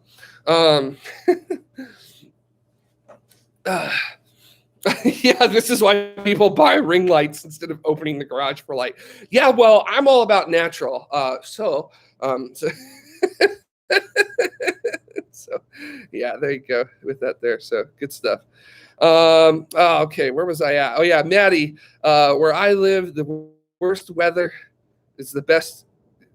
The worse the weather, the worst the weather, the better the celestial event that hides. Yeah, that's very true. You want to see something really cool, and of course it clouds out that night. Or if you buy new equipment, it's like cloudy for like the next week. Or it like even rains with stuff like that. So, laughing at me about the bee thing. Yeah, it's all right, dude. Don't worry. It is funny. I think it's funny. I'm glad it happened on air too. So, yeah, good stuff. All right, Miko one. This is one that always comes up, and I'll just address it because it's just something that always comes up, which is are you still in touch with Space Mike? I gather he didn't leave tomorrow under the best of terms, but I miss his enthusiasm. In touch with Space Mike. I haven't heard from Space Mike in a really long time. Hope he's doing well. Shoo, fly, shoo. So I haven't heard from Space Mike in a very long time. I hope he's doing really well. Nothing but success for him. We parted, obviously. Yeah, we left. Mike has things, and that's all I'm going to say about it because it's Mike's story to tell, not ours. So we're it's not for us to talk about in discussion. It would be horrendously disrespectful to speak on it any further than it was a mutual decision to separate and wish Mike the best. So that's how we'll put it. So yeah, so Mike will not be returning to tomorrow. So that is something that I know for sure with that. So yeah, so unfortunate. And it's a bummer because Mike was very enthusiastic. Mike, incredibly knowledgeable as well. Absolutely amazing. I don't know where Mike got a lot of his info, but it was very, very well researched in a lot of things. So I do miss it. I do miss Mike, and I hope Mike's doing well wherever Mike is at. So yeah, that's where we're at with that, and that's all I'll say about it, because to go any further would be immensely disrespectful, and it's not how I operate. It's not how TMRO operates. So yeah, so that's all I gotta say about it. So have I watched any good sci-fi lately? Amazon has bought MGM, so hopefully they can continue the Stargate franchise with a new series and more. God, what is with all these bugs in here today? Okay, out. Shoot. All right, I am actually going to close my garage because I'm getting annoyed now. So now it shall become darker. Okay. Although there is a window in my garage now, so my garage before this, I just had like a new garage door put in like 3 weeks ago. My garage before this did not have a window, but it does now, so maybe it doesn't look too bad with it. Yeah, it doesn't look too bad. So, yeah. What's some stuff? Oh, I actually started watching Mandalorian, so that was a thing. But yeah. It was good stuff. Hey, Dr. Tamitha Scove. Can't stay, but I saw you're live. Had to drop by and say hello. Hello, Dr. Tamitha Scove. So good to see you. Always good to hear from you. Always good to get the weather from you as well. So glad you're in. Welcome. Yeah, now the flies and bees are going to be trapped in here with me. Yeah. Ah! Oh, no, not again. That's hilarious that I'm like, I have like a moderate phobia of insects, especially flying insects. But yet I'm like out and backpacking a ton of time, a ton all over the place. Which actually I didn't find the bugs to be too annoying when I was backpacking, because usually when I'm out backpacking, I'm concentrating on other things, except for mosquitoes. Oh my God, mosquitoes are annoying to no end. My gosh, it's just goodness. Yeah, just drives me up a wall with mosquitoes. So yeah, they're not fun. They like fly into your face everywhere, fly up your nose, into your ears, into your eyes, into your mouth. And they're gross, and they're disgusting, and they're not nice. So yeah, I guess if there was one bug where I'd be like, actually, there's two of them, mosquitoes and wasps. So I don't understand wasps. So they're just like, they're like bitterness incarnate. So yeah, makes no sense. So yeah, fun stuff, right? Cool stuff.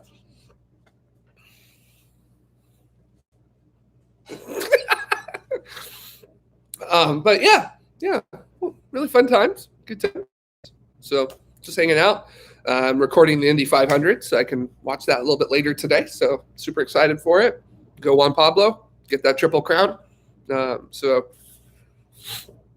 oh, thank you, Dr. Timothy Scove. I'm so oh, my heart beats. So that's good. So yeah, exactly. As Maddie says, hey, Dr. Scove, thanks for keeping us informed about the weather at the stellar level. Yep, space weather with Dr. Tamitha Scove. Always good stuff. Definitely jump onto Dr. Scove's own YouTube channel, which I'm going to pull up right now and drop into the comments, so that way I can push it to air to make sure.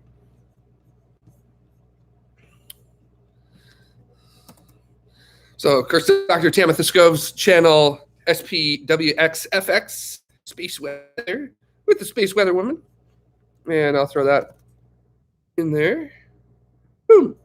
This is the link to Dr. Tamitha Scove's site, or YouTube channel. And I'll throw that into the YouTube chat as well. So that way everybody can get it. So, bingo. And I'll just do it one more time for posterity's sake. because it looks better when it's icon to me. Look at that. Look at that. So, all right. I'm having fun with the graphics now. Call Colton. I'm having fun with that there. So, yeah. So, cool stuff. Yeah, still going. Let's see what else is going on. Yeah, Raj, as you're saying, temperatures in the UK have increased and there are more flies. So annoying. Yeah, I agree. They're annoying, but they are necessary. So try not to get too ill-tempered over it.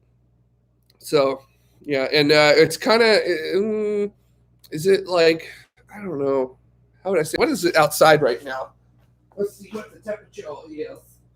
It is currently, I think it's 68 degrees Fahrenheit, something like that. So it's a overcast day. This is pretty typical for what we have in Los Angeles at that time of year. So May gray is what we call it. So let me do a quick conversion. About 19 Celsius outside right now, so it's nice, usable. But yeah, a lot of people think that summer like kicks in really hard for things. Or a lot of people think that the heat just like kicks on in LA immediately, but it doesn't. You know, we have May gray where like right now where it's really kind of like just kind of overcast. June gloom is usually when it really sets in. We'll even get fog during that time. But usually June gloom is it's overcast, and then right around noon, 1 p.m. it burns off, and then it heats up a little bit, and you get a nice little afternoon breeze and other things like that. That's what's been going on lately. I live close enough to the ocean that I do get a sea breeze here, and it's so nice in the evening. Just open up the windows of the house and let that breeze roll through. It's just so refreshing. And of course, in July, we call it July surprise. And then if we've got overcast still in August, we call it Fogust. So, but yeah, seasons in LA are kind of interesting. We kind of have like some seasons, not all seasons. We've got fog. Starts from May, and definitely goes into June, a little bit of July. Then we've kind of got a lead up to summer, which starts in July or August around there, and it goes to about September, late September, and then late September we get what I would call fire, which is both in what it feels like outside and what often happens outside, and that kind of runs to the end of October. And then we get November, where we get fall for a little bit. And then usually like right around Thanksgiving, there's a 2 to 3 day period where Los Angeles transitions from a summerish fall straight into winter. And I call those 3 to 4 days drop because it's not fall, it's a drop. And then it's wet, and it kind of stays wet up until January, and then right in the middle of January, you get like a little hot week. You get like a nice hot week of like 90 degrees, and then it goes right back to winter, and then it just kind of slowly builds back up until we get to fog. So, this is a good one. Which Katrina asking, how dry is it in California? I hope it's not a bad fire season. Well. We just had one of our driest winters ever on record. I don't even think we cracked like a third of the annual average precipitation here. And of course, because we're so far into the year now, it ain't happening. So yeah, it's really dry. There's also soil is super dry, which means that the brush and fuel that would have fires is primed and ready for it. So yeah, I don't know how bad it's going to be, but after last year, everybody's kind of just battening down the hatches because last year was bad. I'm sure you all saw the smoke from the fires. And if you lived on the West Coast of the United States, you basically experienced the smoke from the fires. Somebody took drone footage in San Francisco and set it to the music of the Blade Runner 2049 soundtrack, and it worked very well. There were a couple of days in, I think it was September last year, where it was orange all day, and it was just, nope, I'm not leaving my house. So because there's ash raining right now, so just I'm not going to go outside. And yeah, we're all, and this year was drier than last year, so we're all kind of battening down for it. And the thing that I'm like not going to be very thrilled about is all the power outages that are going to be happening, where they're going to shut down the power to try to prevent our crap infrastructure from lighting things on fire. Maybe you should just take the money that you're going to give to your investors and drop that into making your infrastructure not light things on fire. So, but that's just my opinion. So that's just how I operate. But yeah, it was really great because SoCal Edison was turning off power on some of the hottest days of the year, and my section of whatever, my power block or whatever you want to call it, got shut off on a day that it hit 106 at my house. That was the most uncomfortable night I've ever had in my life. And they turned it off. And their reasoning was that it was to prevent fires in the mountains, which I live a half-hour drive from the closest mountains here. Yet my power's turned off because they don't want a fire in the mountains. In case you're wondering just how good these people are at operating. So, yeah. So when I hear about like Pacific Gas and Electric getting fined, $100 million, I have zero sympathy for that. So it's the way it goes. If you don't maintain your stuff, you get to pay the price. And yeah, that's bordering into the world of politics, and y'all probably don't want me to dive into that. I do that enough on Twitter, so y'all can, if you want to know that, you can do that. So yeah. So Chad, you got a really cool question here, which is something that I'm actually super interested in, which is, have you thought about getting rooftop solar? Yes, absolutely. Unfortunately, the house I live in, I do not own. So yeah, I don't get to make that decision. But once I do own a house, and I am going to do rooftop solar, absolutely, both on the roof of the house and the roof of the garage. And I see no reason why I also can't put some type of solar on the side of the walls that are facing the sun, the southern walls of my buildings that I'm on. Obviously not like down to the ground, because I don't want like my dogs or something to like break the solar panels. But I don't see why I can't put every dang piece of south-facing wall on my property and cover it in solar panels. That's my intentions with that. I even if this house I'm in right now is the one I get to own, there's a patio out here, and I would like to cover the patio kind of with a thing, and then I will put solar on top of the patio cover as well. So, because I would much rather make so much that I could pump it back in with that. And yeah, cool stuff. So yeah, I want solar, but unfortunately can't do it. I do have some solar panels that I use when I go backpacking to keep my electronics charged. So maybe I should start figuring out a way to use those to kind of remove things like my phone, at least, from the grid, in terms of charging and things like that. So maybe I can swing that somehow. That might be a little tough, but I'm definitely down to give it a go. With that there. So yeah, I'm really on solar. I would like Tesla's solar roof, but from what I understand, there's not been a lot of those installed. But Raj, you bring up a really good one, which is, what about the Tesla Powerwall? Yeah, I would love a Tesla Powerwall, but again, I don't own the house that I'm in. So with it, so yeah, I would like a Tesla too, just a Tesla car.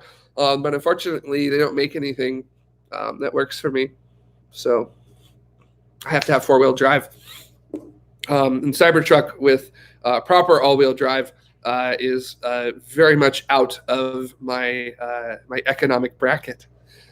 So especially now that they don't have the rebates and things on Teslas to purchase them. So although if gas keeps going up here in California, yeah, it's going to be very tempting to not dump my Jeep. I really love my Jeep though. So, and my Jeep actually does get pretty good gas mileage. I've averaged about 23 miles per gallon over its lifetime. So I figure I'm a pretty good Jeep driver if I'm doing that. So, what about the Tesla Model X? Oh yes, that is so much cheaper than a Cybertruck. So I love you all thinking that I'm loaded with money, but no, I'm not. I would barely be able to afford a Model 3, basic Model 3. I've looked into it, and yeah, I mean, no self-driving, like literally white paint, the aero rims, and standard interior, just like literally like bone stock Model 3, and I could just barely get it. So yeah, Loopy, hello. This one started at 1600, not 1800. Yep, I decided to move it up just because I wanted to make sure I have, if I go long, I have still have a good chunk of my day left. Also, got that coming up as well. Actually, there is a company that I'm looking at called Alpha Motors, which I'm hoping that they deliver. They've got a really cool electric pickup truck that kind of looks like a 80s Toyota twin single cab pickup truck that they're going to have off-road, like an off-road trim for it, like with like actual lights and bully bar and stuff and bed set up to have all that. And I would definitely jump on something like that. Yeah. Range is not, I don't really have range anxiety because my Jeep has a very small fuel tank, so I can only do about 230 miles at best. My Jeep has a sippy cup for a gas tank. That's the only thing I don't like about my Jeep, is that it has a tiny little fuel tank.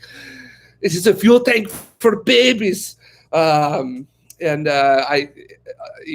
already it's so short compared to most things. My car before this, a Scion TC, like a 2-door coupe, I could get like 320 miles out of its tank. But this is like 100 miles less than that. Not that it's like sucking down gas like nobody's business. It's just, it's got an itty bitty tank.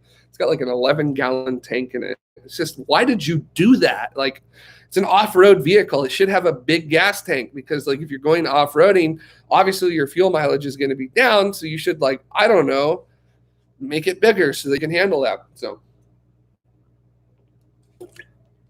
but, hindsight, should have got a Wrangler. But it's okay. I still love my Renegade Trailhawk. So I love it. So, yeah. Actually, I was in a Tesla Model X with the friend I stayed with up in Oregon for the eclipse in 2017. And I really like the Model X. It is beautiful, gorgeous. I didn't really fit comfortably in it.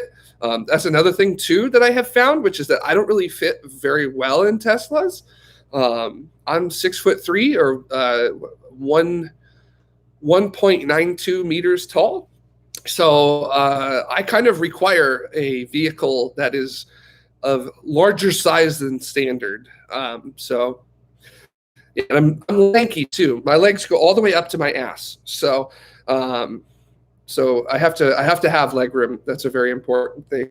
It's one of the reasons why I don't fly economy.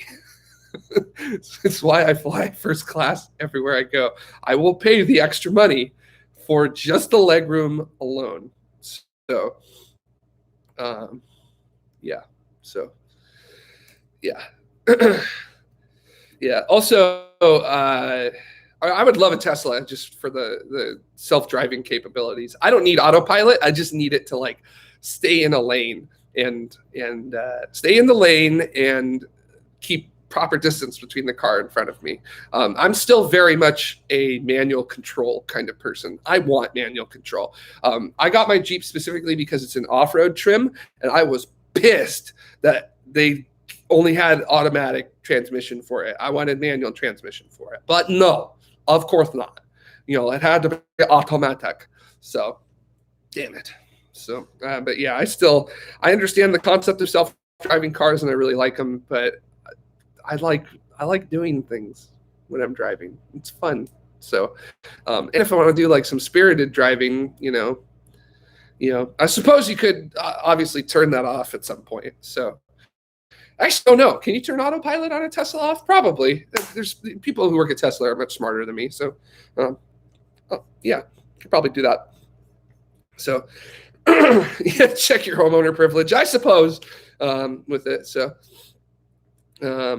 yeah, Ontario government cut the green car rebate too, unfortunately. Yeah, I think here in the United States, it depends on how many units or how many vehicles your company sells. And I think Tesla like just blitzed past that at some point. Yeah.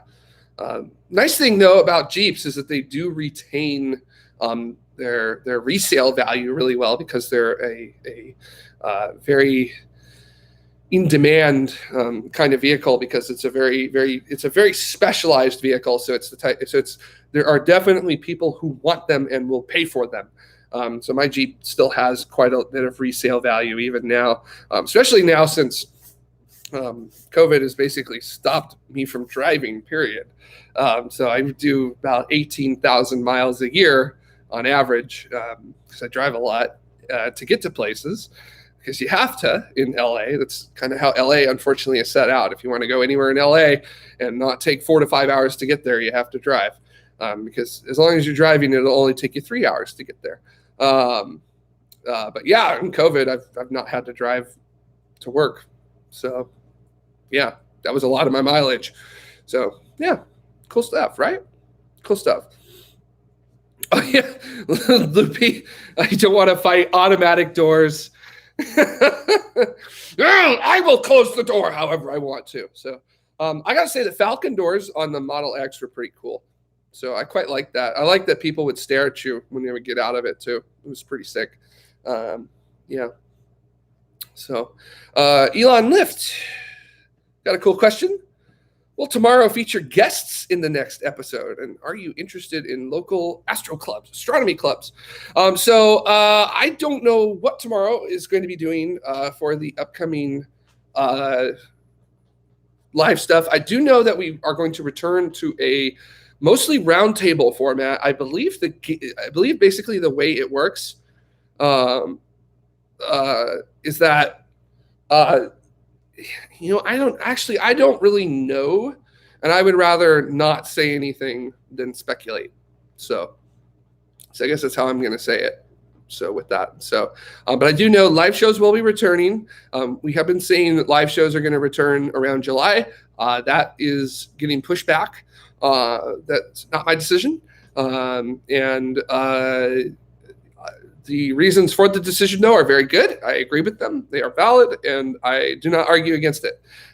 So we will be pushing it back to an indeterminate time.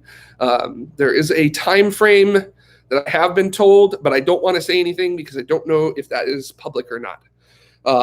So once I could say something, I will say something. But for now, it is not my thing to say, simply because I don't know why. Or not, I don't know why. I'm sorry.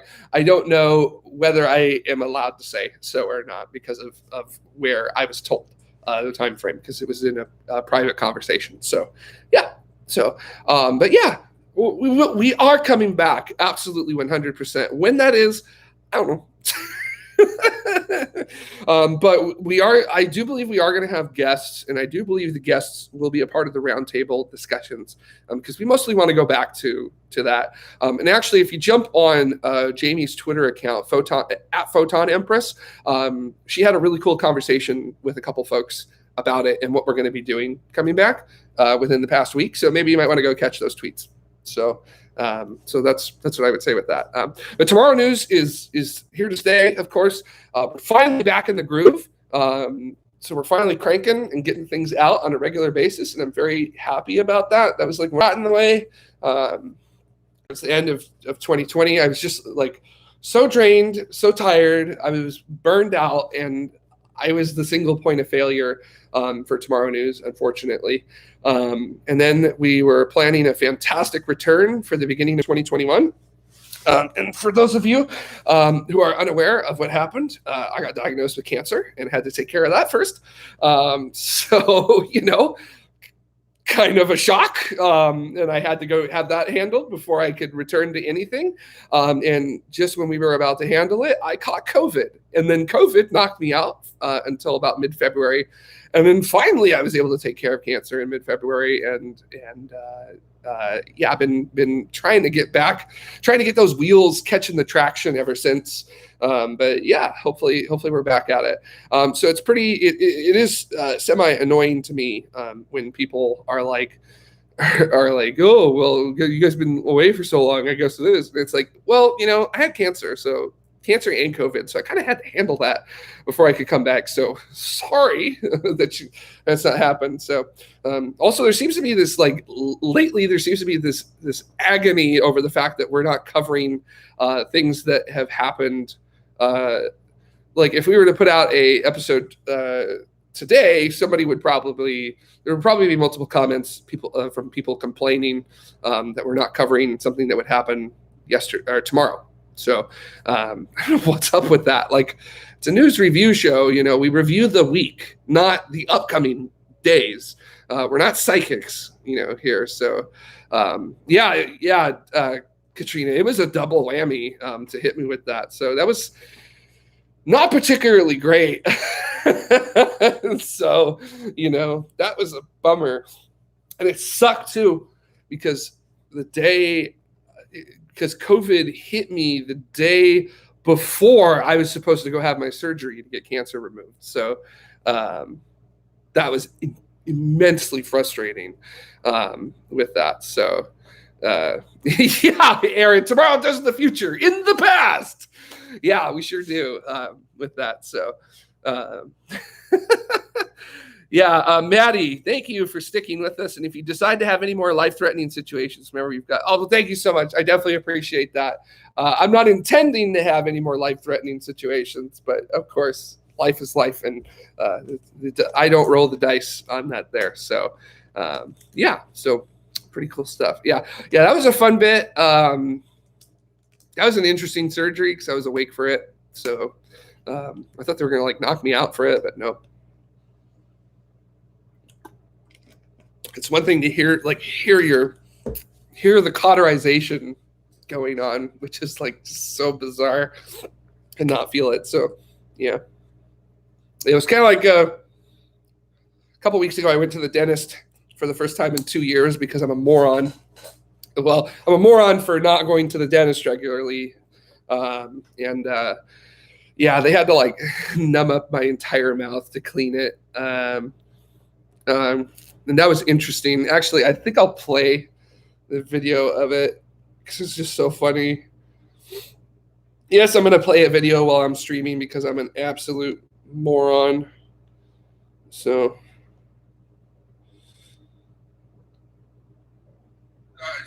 Okay. This cracks me up.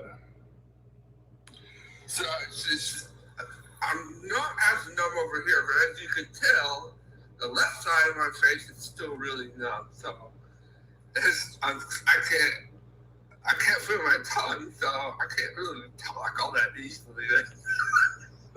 Yeah, that was the hard part. I couldn't feel my tongue, so it was very difficult to talk.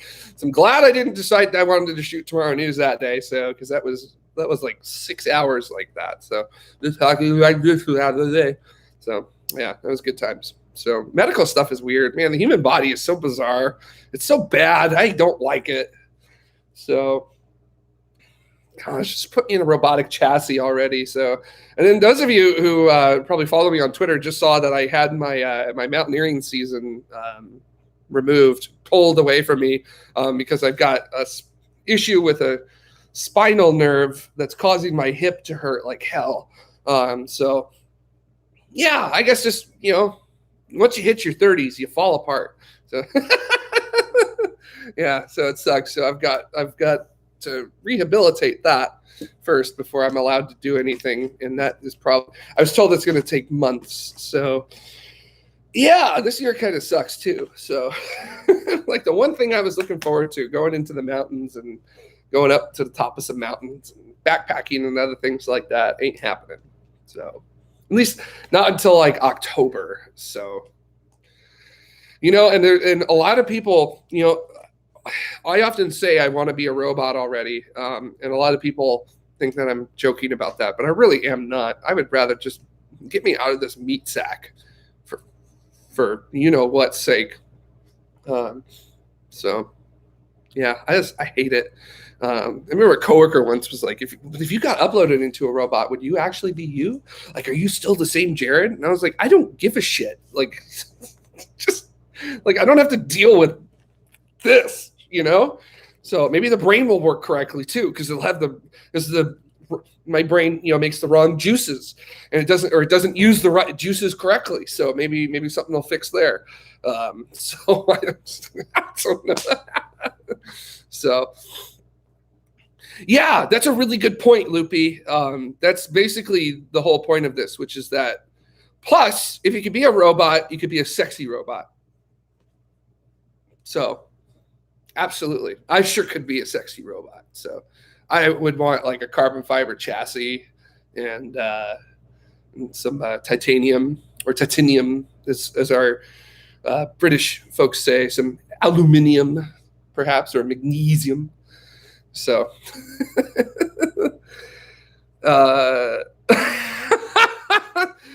Aaron, I feel you there.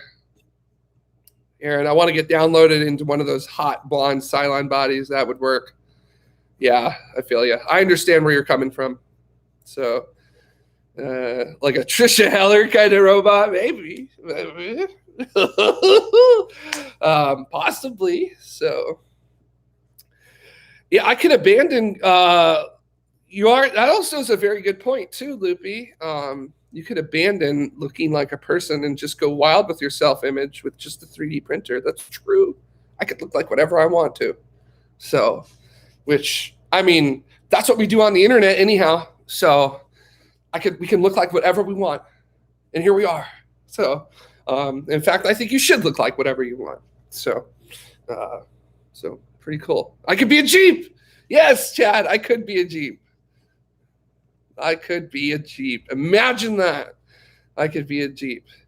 So I could be my persona. So that would probably be very obvious though. So like, why would I do that? So, because I could. So maybe I'll change it out every month. Like 1 month I'll be my Jeep, another month I'll be my persona, another month I'll be like a tree. Like I can hang out like a tree does. Just kind of do like tree life, And then like another month I could be like a dog, but like a very smart dog, like a frighteningly smart dog. So then another month I could be a bee. For those of you who've been watching for a while, you'll laugh about that. So you know what I'm talking about with that. So I could go scare myself. So yeah, boy, we're at this point where we're talking about that. Yeah, so good stuff. So excellent. See, this is why I love doing the live stuff with you guys, because we just get into stuff like this. It just cracks me up. It's pretty funny. So.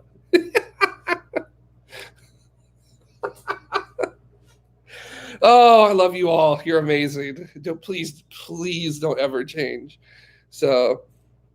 Yeah, I'd be grateful I didn't swap myself. So that'd be very meta, wouldn't it? Like, actually, I don't really want to think about that right now.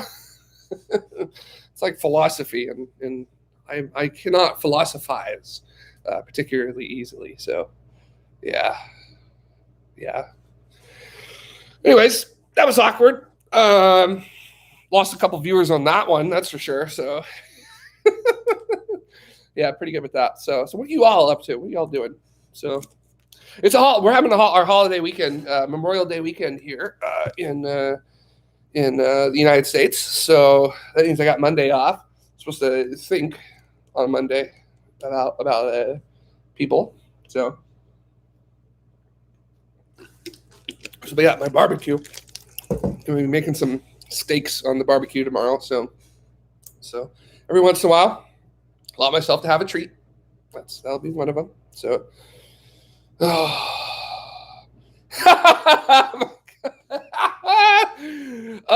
Loopy. Oh boy, yep. You could be a Robo Centaur and wear more of your shoe collection at once. That's right. I could literally I could wear 2, 3 pairs of shoes depending upon what kind of a centaur I wanted to be. And then another very good comment from you here, Loopy, which is, I need a shirt that says, I'm just here to be a bad influence or something at this point. So that is correct. Loopy, you are my favorite bad influence with things.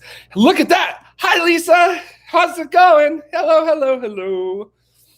So Lisa Stojanowski in the house, everybody. So it's a tomorrow reunion. So with everything here. For those of you who missed it, we had Dr. Tamitha Scove with us. I would say about 45 minutes ago, something like that. So Lisa's here. Oh, you had a holiday weekend last weekend in Canada. What was it, Katrina? What was your Canadian holiday that you all had? So look at that, Lisa. Everybody's saying hi to you.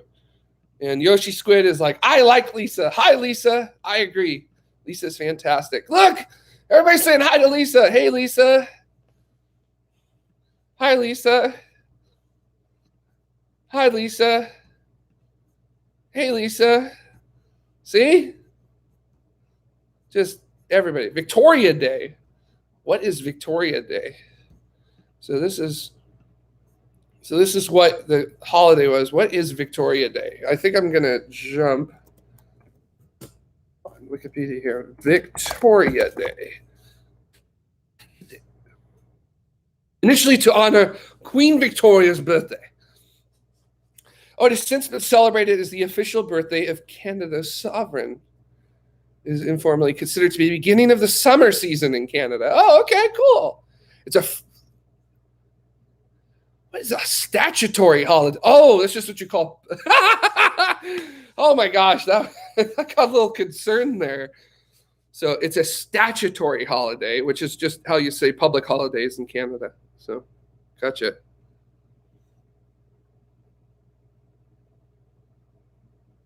Okay, cool. Very nice. So very, very nice. Yeah, interesting. All right. Good night, Aaron. Have a good sleep. So, oh my gosh. So, oh yeah, Queen Victoria colonizing thing. Yeah. So it's about the Queen.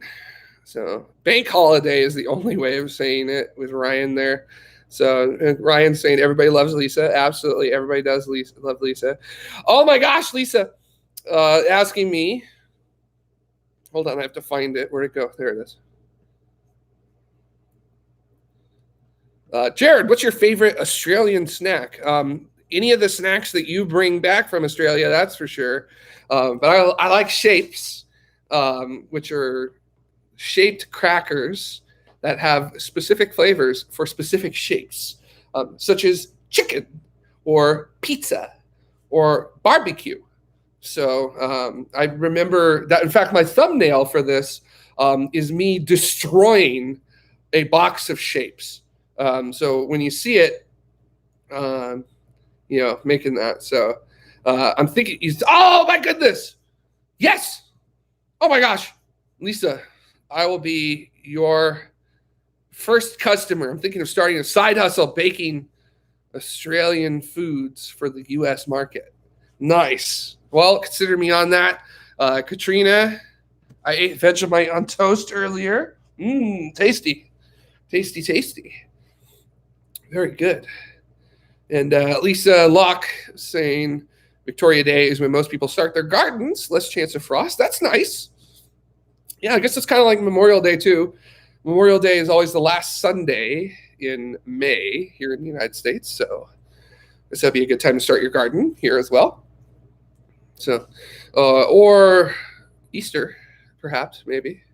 So once the bunnies are done pooping the eggs, you can go out and start your garden. So good stuff, right? Good stuff. So,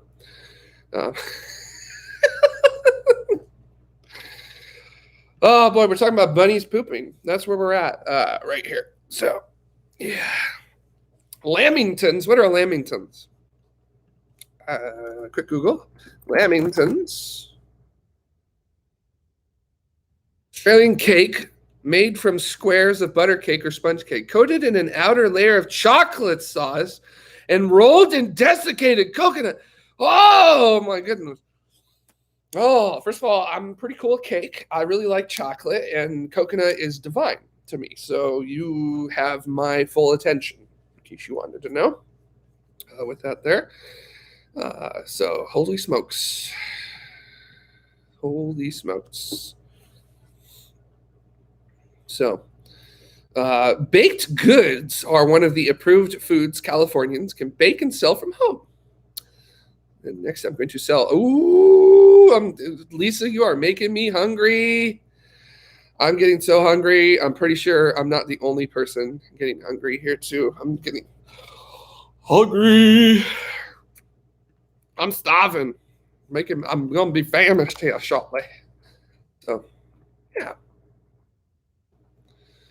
So, yeah, that sounds really tasty.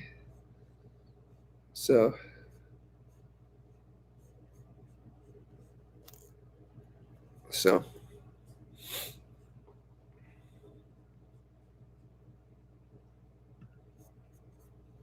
cool. Yeah. So, what else? What else we got going down right now? So, there's a lot of stuff. So, oh, undercooked eggs. So you got to do a food safety course to get a permit. Sounds about right. Sounds about right. So, yep.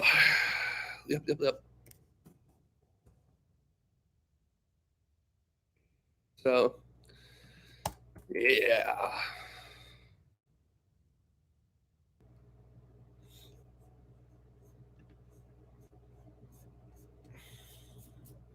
Cool stuff. Can't wait to watch the Indy 500 a little bit later.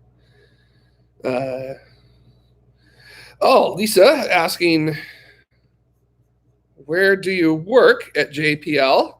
I do not work at JPL. I work at Griffith Observatory. So that's where I do most of my work at.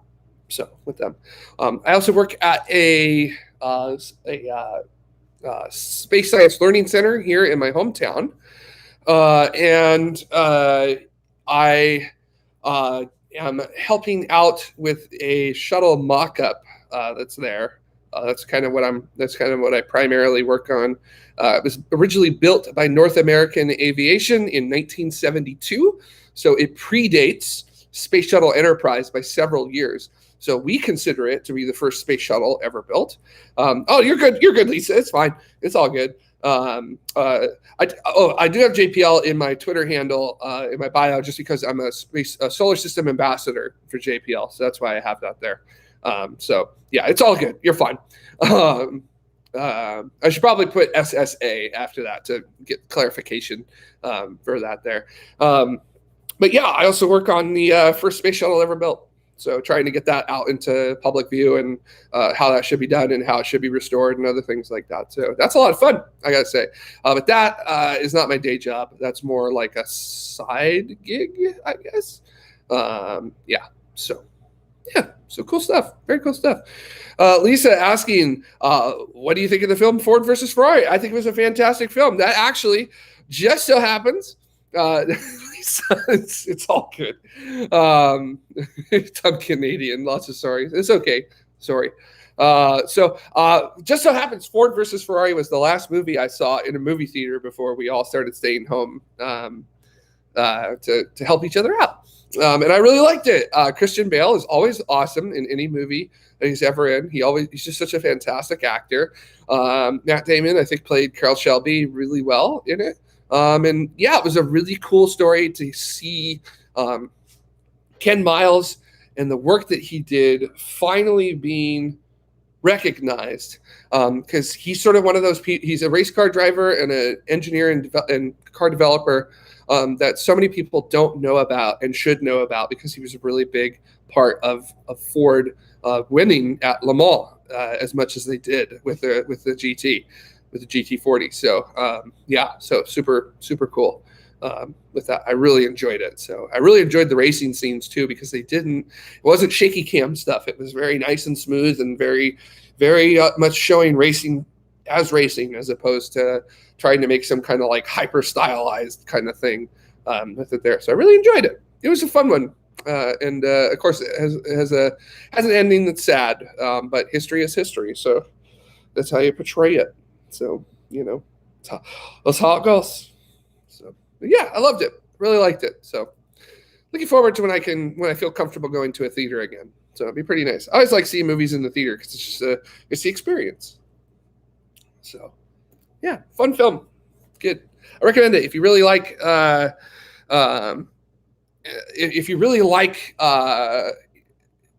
history. Ford versus Ferrari is a very interesting chunk of it. And if you really like racing, Ford versus Ferrari is a good racing movie. And if you really like the history of racing, Ford versus Ferrari is excellent. So there's still things that are like, that's not entirely historically accurate, but it's a movie, so sometimes you have to change stuff. So what are you gonna do, right? So yeah, exactly, Lisa. Like the history and story side of it. So yep. It's a heck of a tale, and I'm glad somebody told it finally. So there's also a documentary on Netflix, a nonfiction documentary about the battle between Ford versus Ferrari, and I haven't watched it yet, and I want to. I have watched the documentary Senna, about Ayrton Senna, the one of the greatest, if not the greatest, Formula One drivers ever. It is amazingly well done. It's the Apollo 11 of Formula One documentaries. So I highly recommend that you watch it. So if you like it. So I think Tesla should start a racing team. What should they put the Teslas in, Lisa? Where should they go? So, because electric cars would use their swap in, swap out.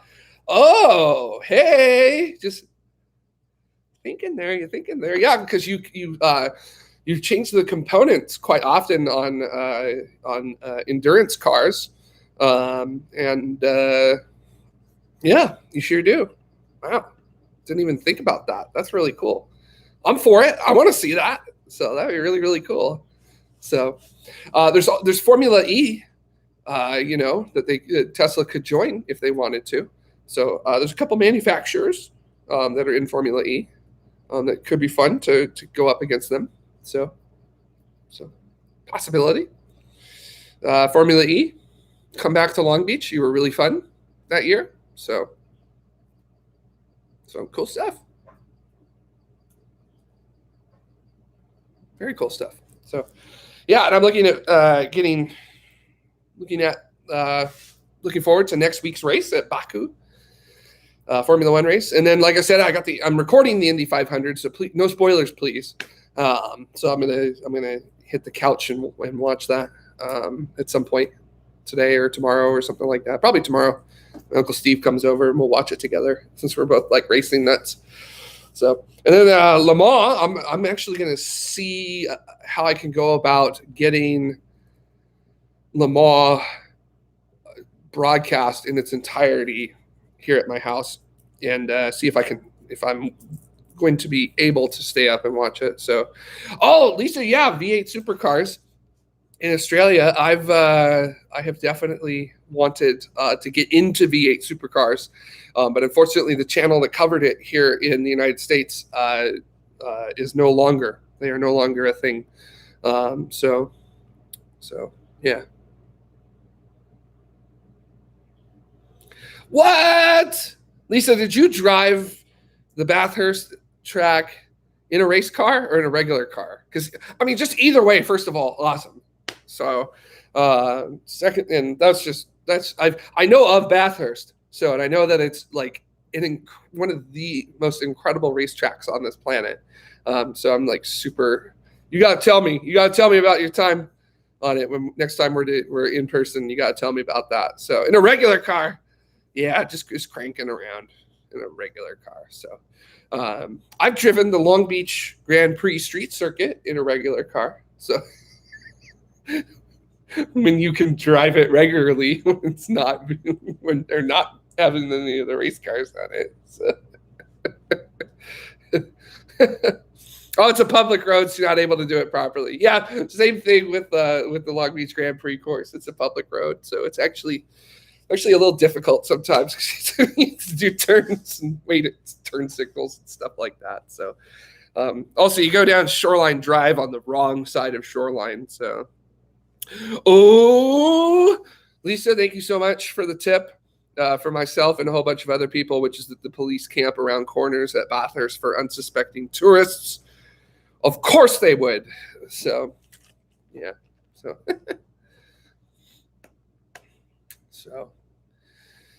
yeah. Oh, Lisa Locke, you do a really cool thing. That's pretty cool. I'm not gonna put it on here just because privacy and stuff. That's really cool. So.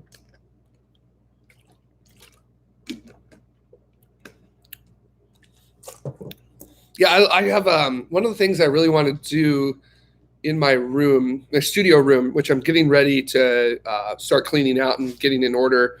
Because I think so those of you who watch the channel, you probably have noticed that I'm in the garage that I shoot everything in. And yes, it is an actual functional garage. This is no joke. It is a real garage. Somebody a couple of weeks ago in a comment was like, "Nice set." And I'm like, "It's not a set. This is my garage. That is actual junk.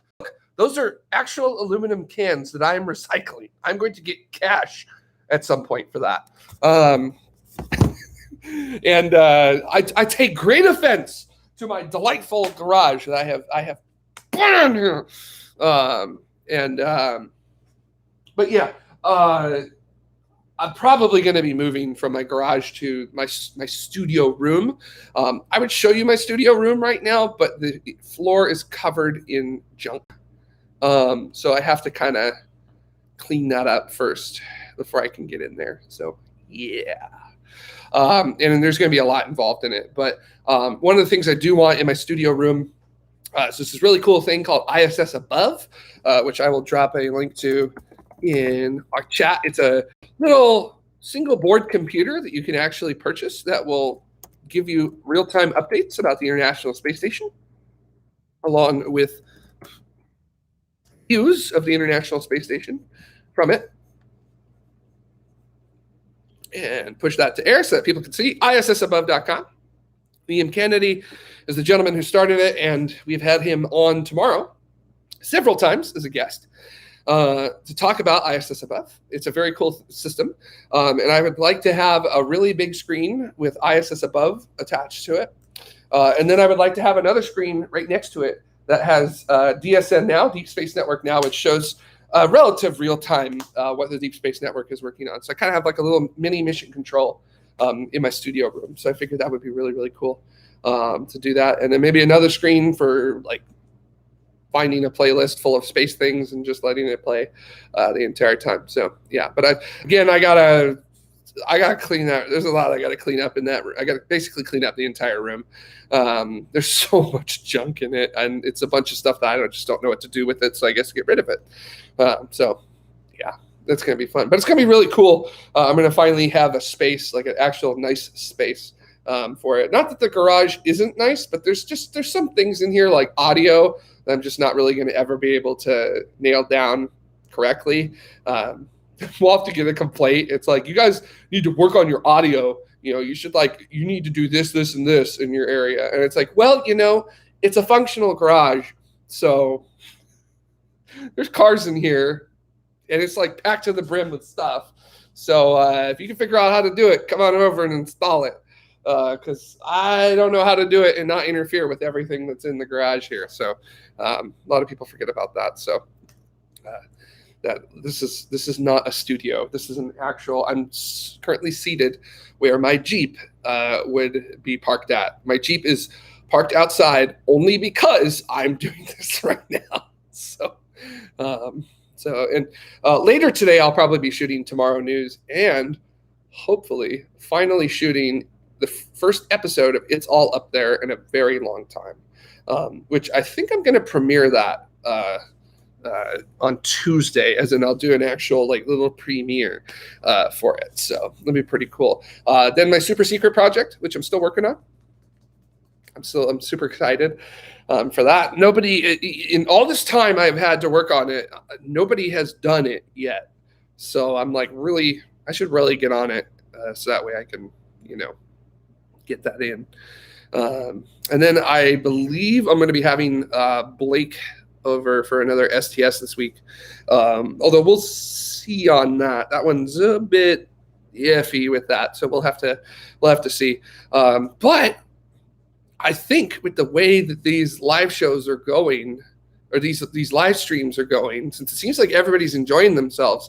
If you're just joining me now, earlier I had talked about potentially expanding these to doing them once a week. So not particularly long live streams like the previous one, where I think we went almost just a bit beyond 4 hours, but doing something like 2.5 hours once a week, something like that, to kind of just talk about whatever we want to talk about, and just hang out however we want to hang out.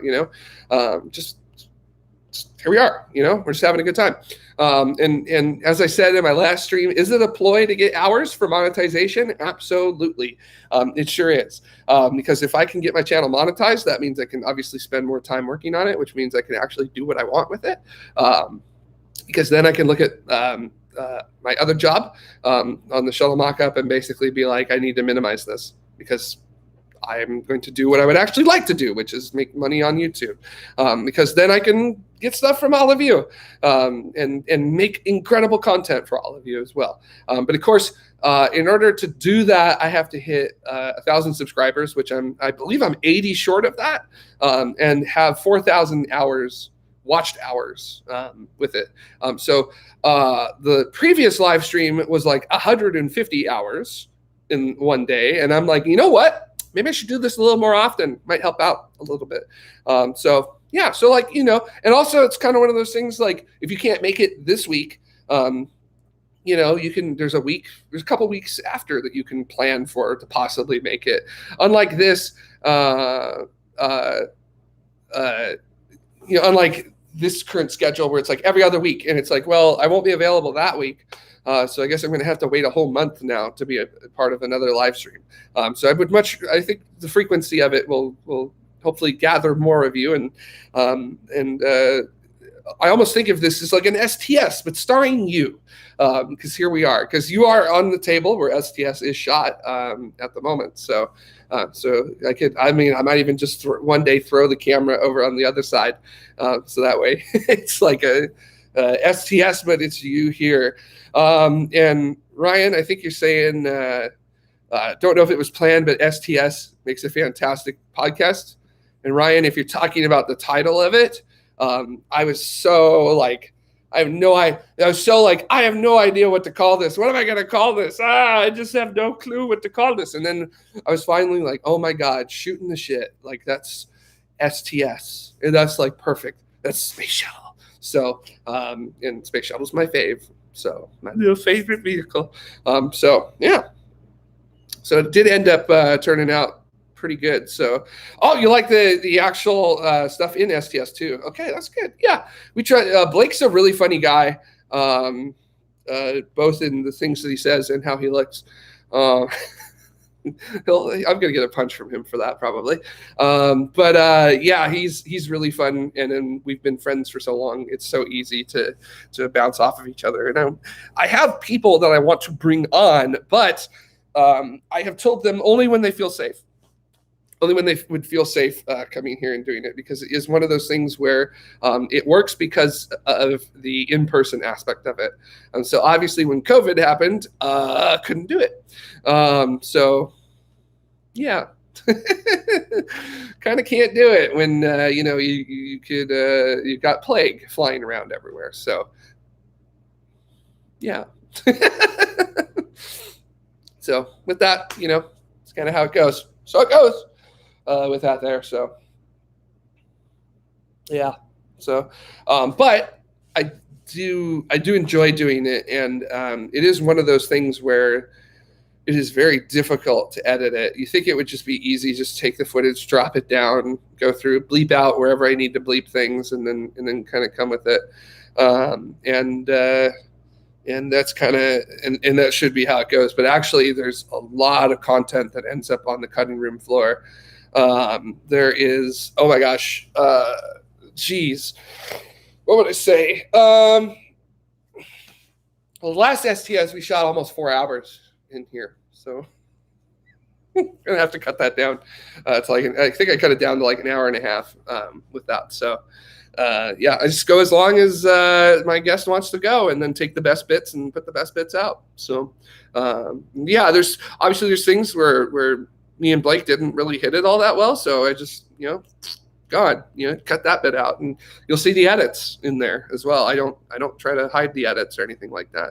Lisa, you're fully vaccinated? Yes, you may come on STS. Hit me up. We'll make it happen. So you are my guest for that. So yeah, you're in. So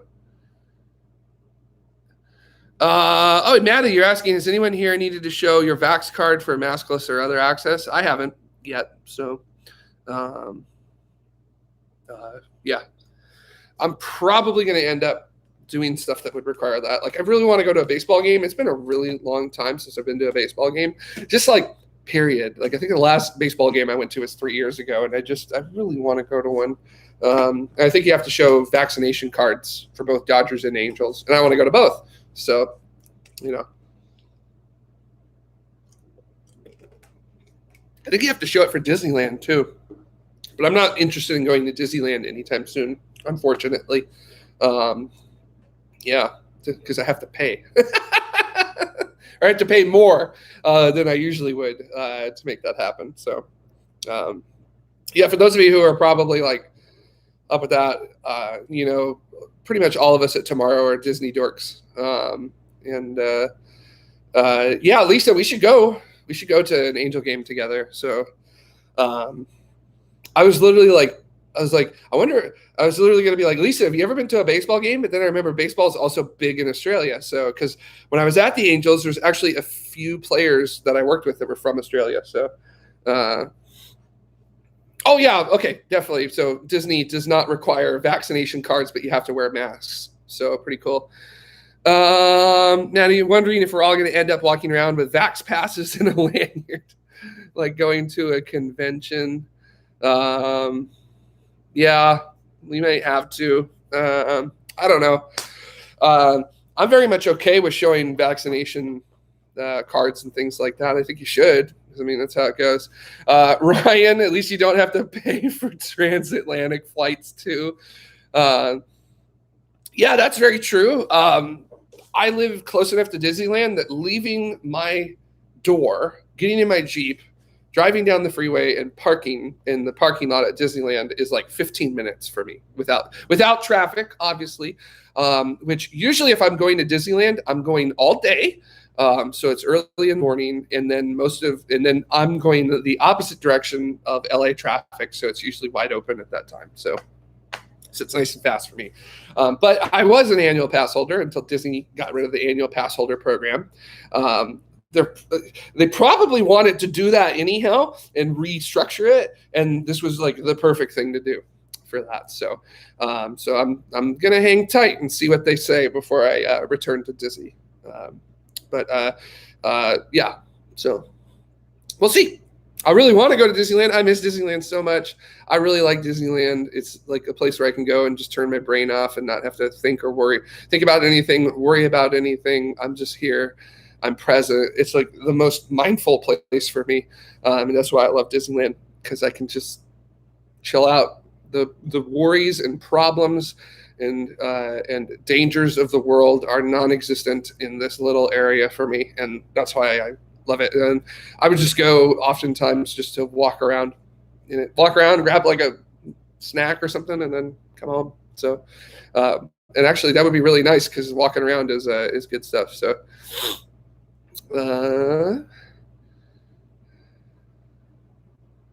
yeah. So we'll have to see about how Disney is when it returns. Maddie is a really good idea, which is, speaking of Disney, how cool would it be to have on-site tomorrow at Disneyland with as much of the team as you can? Maybe we could pull money together to fly Orion there too. That would be pretty awesome. I quite like that. Lisa, if I remember correctly, I believe you actually shot bits of a space pod at Disneyland, if I remember correctly. In Tomorrowland, of course, with the Tomorrowland store behind you, which you could think about that. So yeah, Lisa, you did shoot. I distinctly remember that space pod. I don't remember what it was about, but you did shoot some bits of a space pod at Disneyland. So and it was really cool to see that with it. And yeah, usually it's tough to get away with stuff like that, but I guess you look the part. So so I guess as long as you don't have a tripod, they're pretty okay with you filming stuff that's Disney related, because there's all those Disney vloggers and stuff like that who do things like that. So I don't have a favorite one just because of how things work. Oh, you had a tripod, Lisa. Oh my gosh. Don't know how I do. Huh. I wonder. Oh. So yeah, guess we'll have to figure that out. So, but yeah, it would be really cool to do a tomorrow at Disneyland thing. That would be really sweet. It'd be cool to do a collaboration with Disney directly themselves. I would be so down for that. In terms of stuff like you said, Maddie, I have no idea about that. So, yeah, I don't know. Yeah. But yeah, cool stuff. So I guess, Lisa, you're going to be my next SCS guest. So there we go. Y'all are watching it happen right in front of you. So isn't this amazing? So, all right. So coming up on hour number 3, about to start. This time just flies during these live streams. Let me tell you. Holy moly. It's just blasting through here at this time. So I dropped something. Let me pick it up. So, man, going quick with that. So, yeah, actually, one of the things I was planning to do before COVID hit was the summer of 2020. Myself and Blake were going to attempt to do every single thing that you can as an adult at the Disneyland Resort. So that meant that we were going to, so obviously there are rides that are specific for kids that we had basically determined this is not something we should get on because it's for kids. It's not for us.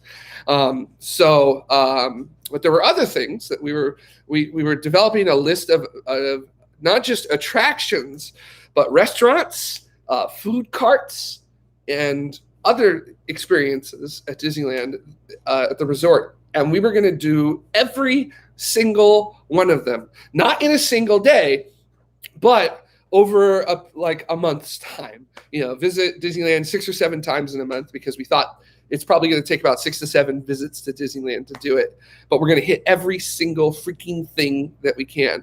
And we'll do that. All right. Thanks for coming, Katrina. We'll see you later.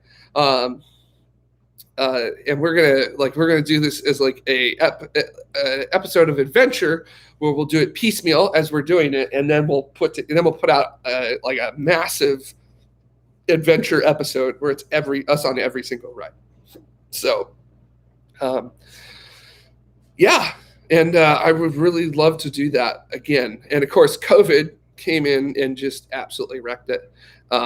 For doing that, unfortunately. So, which I guess describes a majority of things with COVID doing that. So, yeah, thanks, COVID. But also, what were some other adventure episodes last year that got canceled? I was going to do Mount Whitney again via a different pass this time. It was like I think it was a 3 or 4 day backpacking trip, so half of what the High Sierra Trail was. And we were going to be able to do that, but I decided not to do that just because of we were going to do that in the middle of June, and things were very sketchy at that point. And I was just like, I don't really want to risk it. And my mom was also very much like, I don't want you going anywhere. It's like, okay, all right, fine. So I had to deal with that. And it turns out it was a good move for me not to go on that trip, because a couple people on that trip got AMS, acute mountain sickness, or basically altitude sickness. So they had to turn around, which is good, very good that they turned around. This is why I go with this specific group of people, because I'm sure some people would have been like, suck it up, let's just keep going. But no, if you've got AMS, you've got really big issues. So they turned around immediately and came back after things didn't improve. So that's why I trust that group of people I'm with, because they do things like that. There's no messing about with it, and that's exactly what you have to have when you're doing mountaineering. So yeah, so cool they could do that. So that didn't get to happen.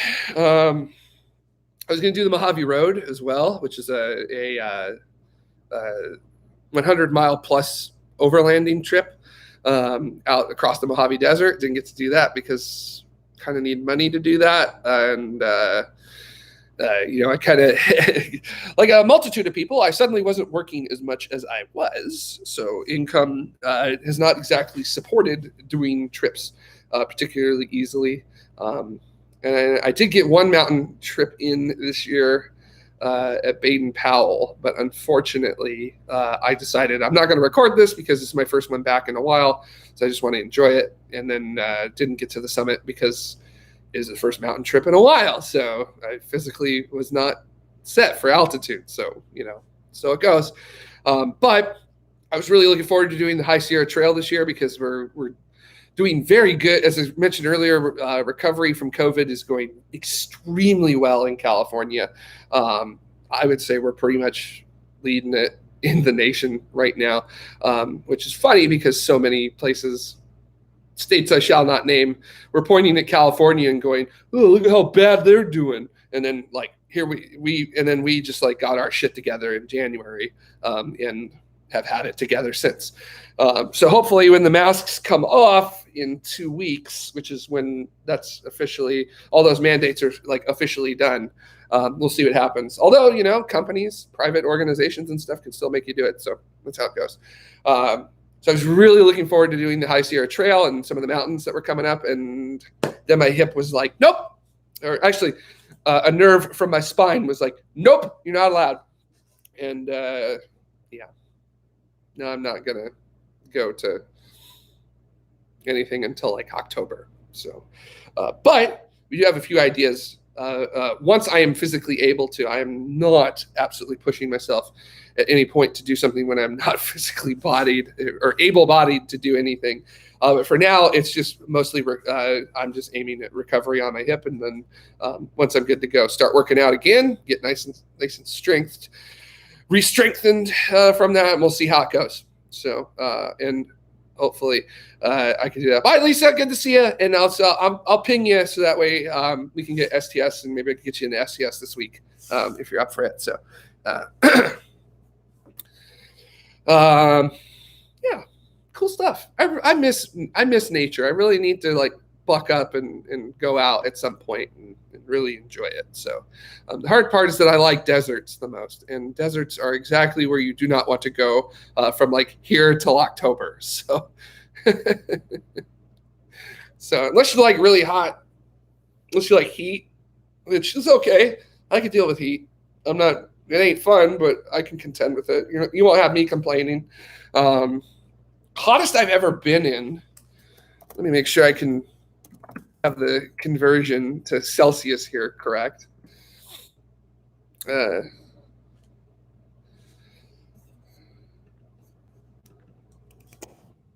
Hottest I've ever been in was 120 degrees Fahrenheit, which is 49 degrees Celsius roughly. So I was out at a rocket event, like a high power rocket flying event, 2013, I want to say, something like that. It was hot. It was so hot. They're like, it was so hot. It reached the point where they just said, okay, we're done flying for today. Like, we cannot let you go out after your rockets in this heat. You will dehydrate yourself like nobody's business. So we will not be held liable for that. So also they were worried about pieces of metal auto-igniting the motors in the rockets as well. So, which is like scary to think about. That's how hot it was.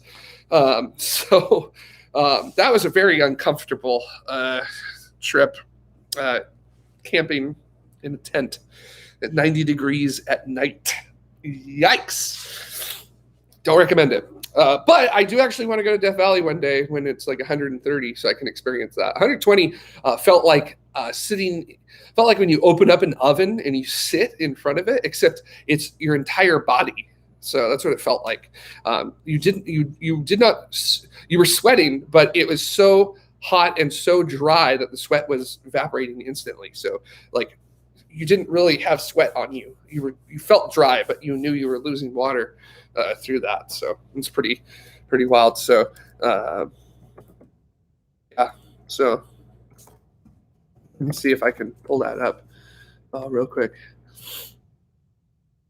So yeah. All right. Cool. Oh, Loopy, you've got a question there. What's cosmology? And is it like oh my God, Loopy, I did not read that initially, and I'm gonna, you mother.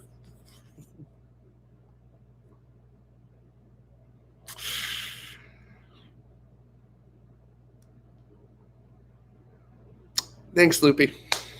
Thanks for that. Appreciate it.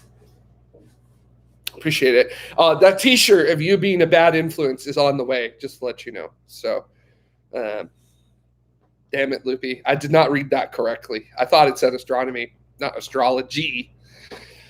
So yeah, that's always good when people are like, oh yeah, we wanted to talk to you here at the observatory because like you've got a bunch of astrologers here. And it's like, no, you're not. So even astrologers, modern day astrologers are crap. They just aren't like, just don't believe them. They don't know what they're talking about. Ancient astrologers actually did look at the sky. They looked at the sky, they took measurements, figured out time and other things like that. So there was an actual component of science in ancient astrology. Nowadays, there isn't. So just so that you know. So if I were to go back, say, to Babylon, like 5,000 years ago, I could probably have a healthy amount of respect for an ancient Babylonian astrologer, because they actually did use positions and other things like that, actual measurements and things like that. But nowadays, it's just a computer program that they punch it into, and they don't go out, they don't look at the sky, they don't take precise measurements and other things like that. So, I mean, it's horseshit to begin with. But I mean, 5,000 years ago, I can understand.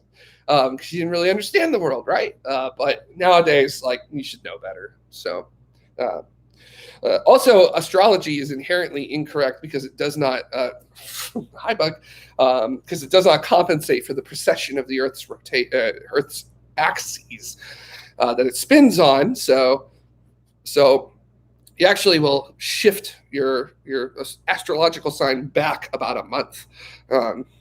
So I thought I was a Libra, but actually I'm a Virgo. So maybe that explains a few things. I don't know. Oh yeah. Nicely done, Loopy. That's good stuff with that there. So are you okay? So Loopy, you're asking a genuine question. What is it? Are you asking what is cosmology? Like, what is cosmology? Is that what the question is? So as I wait for the time delay to go through in the chat. So what is cosmology? Okay, so very I'm trying to explain this as simply as I can. Astronomy is the study of stuff that is in the universe. So an astronomer will study galaxies, like my boss at Griffith Observatory or my astronomy professor I had in college. Both did galactic surveys. They look at galaxies and things like that. Some astronomers look at like high energy objects, high energy compact objects like neutron stars, pulsars, black holes, other things like that.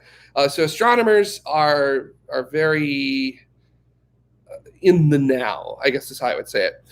Cosmology is usually the study of something of a sort of subdivision of that, but also time.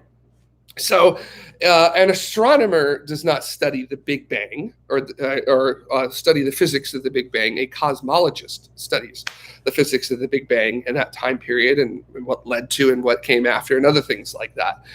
So I guess that's how I would describe it in now, is that an astronomer covers the now, the current, the now, the physics of now.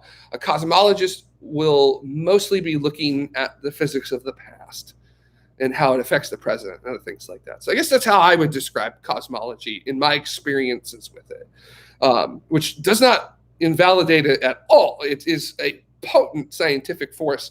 And also, I will add on that cosmology and astronomy will blur. So there are not hard set black and white lines. It is very much like shades of gray all over the place, and things like that. So don't be surprised if you are like, oh, you're an astronomer? And it's like, no, I'm a cosmologist, but I also do astronomy at the same time. So yeah, so that's the overall differences between the two. And there's no what I would call, there's no beef between the two or anything like that. So astronomers don't hate cosmologists and cosmologists don't hate astronomers. It's not like planetary scientists and astronomers who are still duking it out over Pluto. So Loopy saying like tracing back the path of an asteroid or a comet. Not quite. That's more astrodynamics. That would be more, you have astronomers would be involved in that, but I would also imagine planetary scientists would be involved in that as well. So, yeah. So, but that's also, you also can have a lot of physicists, just straight up physicists involved in that as well. But again, also labels are kind of arbitrary, right? I mean, it is what it is. You know, it's kind of like the debate where people are like you can't call an engineer a scientist and you can't call a scientist an engineer. And I just call bullshit big time on that, because you're both using the scientific method. You're just getting different results, but who cares? Scientific method is a scientific method. It doesn't matter whether it's being used for engineering or science. It still makes you a scientist in my eyes. So I have just the easiest qualifications for things like that. So, Chad, yeah, astronomers and planetary scientists are until they're fighting over the James Webb Space Telescope. Yeah, for time on that. So yeah, let's get with that. And then Loopy, you open up a can of worms here, which is, speaking of labels being arbitrary, speaking of arguments over arbitrary labels, Pluto. What's Jared's correct and better take about Pluto? Well, I don't know if it's like an official like take about Pluto. But I think Pluto's an interesting place. I think we should study Pluto just as much as we study all of other planets. You know, I look at Mars. Mars gets a lot of attention, so why don't we give that kind of attention to other planets? Let's make it happen. Get that budget, baby. And hello, Bug again. So the Bug is trying to tell me something about Pluto, I suppose. But my opinion is that Pluto is a very interesting place. It is a world. It's a world. That's my label. I prefer world as a label for these kinds of places. And I feel like that applies very well, very broadly as well. And it works for very interesting places. The Earth is a world. Jupiter is a world. Pluto is a world. Ceres is a world. Vesta is a world. Psyche is a world. So, I kind of like these very broad strokes with it there. Because if you're not going to call Pluto a planet because of its orbit and things like that, and things crossing its orbit and not the dominant object in its orbit. Oh yeah, AMAA, the egg, is a world, absolutely, and also an egg. By the way, if I ever say AMAA, the egg, I have to throw on the egg after I say AMAA, the egg, because that's just the rules. That's just how it goes. It's just fun to watch people like mentally lock up when they say AMAA, the egg. And they're just like, why are you saying AMAA, the egg, as AMAA, the egg? Because AMAA is the egg. Anyways, yeah, I feel like it's just such a stupid. I don't know who started the well, I guess you could blame Mike Brown for it, the astronomer Mike Brown for that, but also at the same time, I feel like he's not really to blame for it. Like there's other objects out there, and I mean, I don't know the full history of it. I don't know if he called the IAU vote or other things like that, but it sucks. It doesn't invalidate Pluto to me at all. Pluto's still just an incredible place. So much more incredible than we were expecting it to be. I mean, I really wish I had been able to record the back areas of Griffith Observatory during that like 6-week period of New Horizons approaching Pluto, and that 1 week after when we were getting all the imagery and data from it, and just minds being blown left and right. I don't want to necessarily say that when we were going to Pluto, we were looking at maybe some kind of like ice ball looking like Hoth, relatively featureless, maybe just like ice features and other things like that, but nothing really all that impressive. And then of course we get to Pluto and it's got like mountain ranges the size of the Sierra Mountains here, just like flat, massive plains, glaciers, and other active geology that just doesn't make sense for something its size. Yeah, it's just amazing. Pluto's amazing, and we need to go back to Pluto with a potent mission for it. Whether we do some sort of Cassini thing where we do like a orbiter and we use Charon and maybe some of the other. I think Styx and Kerberos are too small, unfortunately. Nix and Hydra. Yeah, I think those 4 are too small. We have to use Charon the entire time for things like that. So, yeah, pretty cool stuff. So, yeah. Oh, yeah. That's a good point, Loopy, which is that I know Neil deGrasse Tyson was involved.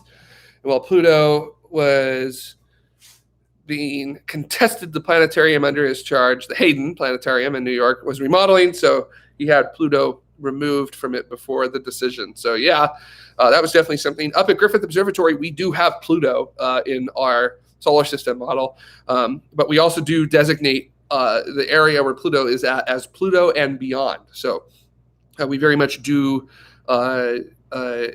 agree, I guess, with the decision, but we also make sure that we include the other objects that are out there with Pluto as well. But we do have a Pluto and Charon set out for the public to see. We down in the lower parts of Griffith Observatory, we do have a scale model of all of the planets in the solar system, including our sun, which our theater down there is the circumference of the sun. So in case you wanted to know, that's a little secret that we don't tell anybody about. But that's why our theater has orange and yellowish lights in its little scrim of metal that they have there. But we do have all the planets sized accordingly, and including Pluto with its moon Charon there. So pretty cool stuff.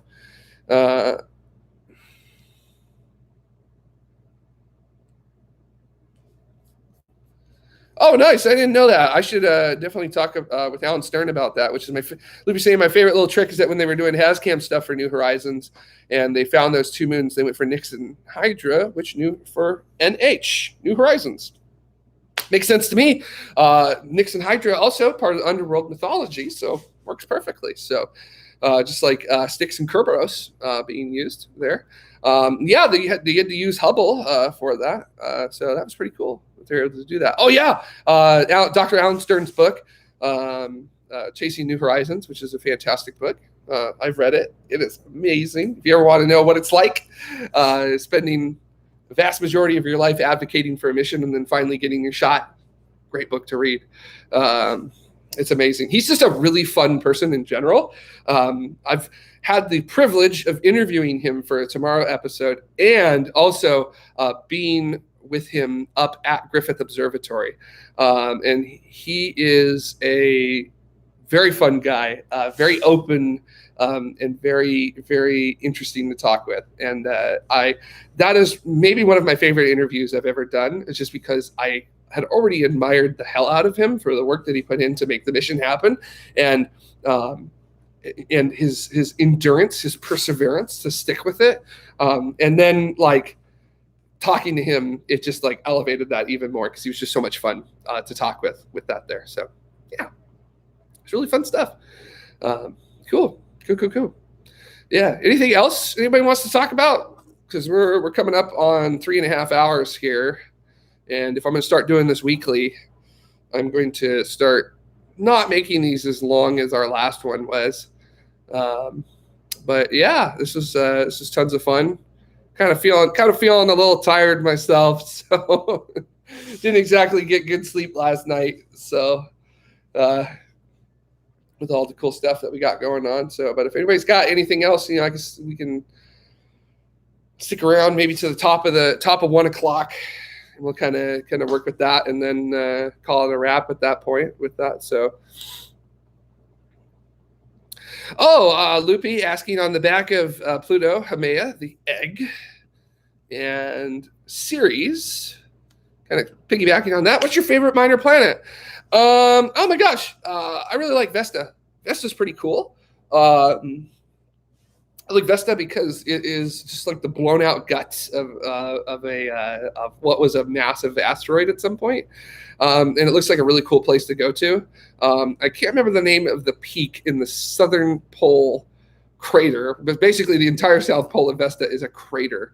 And I can't remember the name of it, but I would like to climb that because it is remember correctly, it is the tallest peak in the solar system from in terms of prominence with that. So I don't know about Osiris-Rex discovering Bennu being made of fragments of Vesta, but there are vestoids, which are meteorites that we have here on Earth that were thought to have come from Vesta. And then once Dawn, the mission that went to Vesta and then eventually Ceres, studied Vesta in orbit and got its composition and things like that, they basically confirmed, yeah, these are from Vesta, which is pretty cool. And you know what? I would not be surprised, Loopy, if they did find vestoids on Bennu with Osiris-Rex, because we find vestoids all over here on Earth. I believe one of the Mars exploration rovers, I think it was Opportunity, found a meteorite that might have been a vestoid. I don't think they had confirmed it or not. But yeah, basically something happened to Vesta that blew it apart enough that it scattered its guts got scattered out all over the place. So it's pretty cool. Yeah. Oh, Ocean, is that the name of the boulder or rock that they found on there? Rhea Silvia. Hopefully I said that right. Rhea Silvia. So Osiris-Rex, man, what a mission, right? That was cool. Putting a boop on Bennu. So, and it just like blew apart. And there's like, I don't know if you guys have seen like the HazCam footage of that, or well, the HazCam photos strung together to be footage, but it's just like rocks everywhere. and I think there was even like very fine particulate below the rocks as well. And holy smokes, that was just like with it. Oh yeah, very good. Thank you there, Ocean, for the peak. Oh, that's the name of the peak. Okay, so that's the name of the peak at Vesta, which is Rhea Silvia, and it is 14 miles high, 22 kilometers. Holy smokes. That is twice Everest, and that's prominence. So remember, Everest's prominence is really about, I think, what is it, like 12,000 feet? So you're at base camp at 17,000, and you go up to 29,000. So yeah, 12,000 feet. Whitney has about 12,000 feet of prominence over the Owens Valley. So although I did not go up that direction from Whitney, so I came up the west face of Whitney, so it's a little bit easier. Still not easy, starting at Guitar Lake and going up 3,000 feet in a day. So Loopy, you're asking a really good question here, which is something that I absolutely love to talk about with mountaineering people, which is what's the average slope on Olympus Mons? It's one of the tallest mountains, one of the tallest things in the solar system, but it's definitely not the steepest. No, it is not steep at all. You would literally walk up Olympus Mons. Olympus Mons is 80,000 feet tall, but it is the size of Arizona. So its slope is gentle enough that you would actually have a very difficult time noticing that you were on a slope. So it's not like you would reach the summit of Olympus Mons and have this beautiful vista for hundreds of miles around you. No, it would probably look a lot like flat ground. Maybe the caldera would be something that you could go to the edge of and take a look at and take a gander at, with it. But it's so big that all as you would say, if you reach the summit, all you would see was the mountain, except for the caldera. I imagine you probably would see the caldera there, but yeah, the slope is so gentle that you're not going to notice it. And actually, I talk about that in After Dark on the TMRO episode I first appeared on in Orbit 8, episode 8. I talk about that and how, if that were here on Earth, like if Whitney were so or if Everest were so tall and gentle and slope that you didn't notice, you might die doing that because you walk up and get altitude sickness and lose consciousness and other stuff like that because you don't notice it on the way up. So unlike the mountains I've been on where like this is steep, so so you do notice it. So some pretty good stuff. So yeah, cool stuff. Olympus Mons would be fun to take a walk up, I suppose. A long walk. I'm going to go take a long walk and I will return. So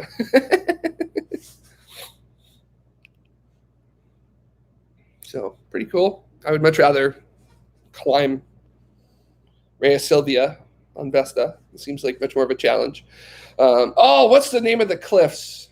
Oh gosh, why can't I remember the name of the cliffs on Miranda, which is one of Uranus's moons? Those are like, God, how tall are those? Those are like, I think they're like, dang it. All right, y'all are making, I'm jumping on it here. I'm going to Wikipedia to try to find it. So, Loopy, I think if you had like a rover go up Olympus Mons, it would probably not actually coast, considering the surface of Mars with rocks and sand and things like that. Too much friction for you to really get up to high speed with it, believe it or not. So, or also maybe not enough traction, actually, conversely. So I don't know. That's a very tough one to talk. Have to do that. Actually, I think with Mars, considering the size of Martian dust, no traction. So you wouldn't really be able to do much with that. So quite the opposite, actually, which is weird to think about, right? Okay. Miranda, a moon of Uranus. Corona rupees. There we go. It's a scarp. Excuse me. It's not a cliff. 20 kilometers, 12 miles. Yowza. Yeah, I thought it was originally 3 to 6 miles, 5 to 10 kilometers, but they've redone the estimation to take a look at it. So, wow. If you jumped because of Miranda's low gravity, it would take you 12 minutes to fall from the top. Wow, that's cool. That would be a sick base jump. So, and no atmosphere for a parachute. So maybe you could sky crane, land yourself on a sky crane at the bottom. So, Loopy, that's a good question. Would bicycles work on other worlds? Actually, for Project Apollo, they looked at having a motorcycle for the astronauts, and they actually did test them in suits in the Vomit Comet, and found that basically they suck. That they're very tough to go around in. So that's why they went with the lunar rover vehicle instead of the motorcycles that they had. So I would imagine, no, probably not good for astronaut mobility because of the hazard of falling over. So you very well could. I would imagine the moon and Mars would be like the ultimate dirt bike playground, but nah, not good for mobility because like you could fall over, and falling in a spacesuit on a surface like the moon or Mars is bad. So like riding a bike except on the moon. Nice, nice one, Chad. I like it. So yeah, pretty good with that there. So oh, you guys y'all crack me up so much. I love it. So did they look like the tiny Honda bike? The Motocompo. I don't know what the Motocompo looks like, but they definitely look like a little like 50cc motorcycle. Like the spacesuits, they do not look like they should be riding those because they look so bulky. And also I think in the photos nobody looks happy when they're riding them as well. So yeah, nobody appears to be thrilled with it. But yeah, they did. They sure did. So probably one of the dumbest things I've ever seen, but it's pretty funny. So it was apparently a dirt bike called Apollo. I'm trying to find a photo of it. I should probably do that on my phone so I can show it to you guys.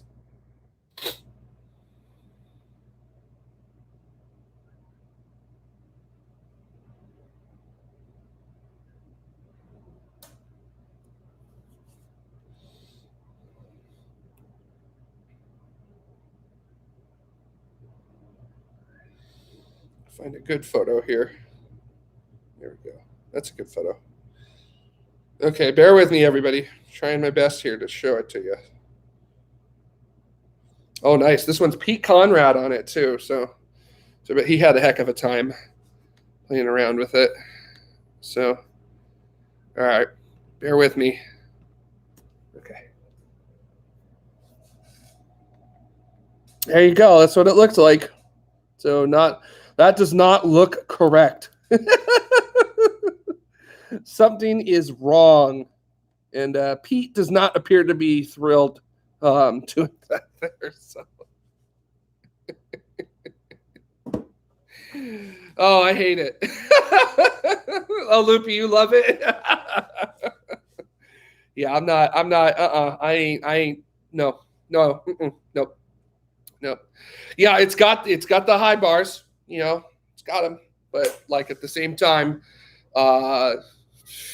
no, absolutely not. No, I'm not doing it. I'll stick with my Jeep. Take my Jeep to the moon with me, or Mars. So definitely worked that out pretty well. So, and the lunar rover vehicle did its job. So sounds good.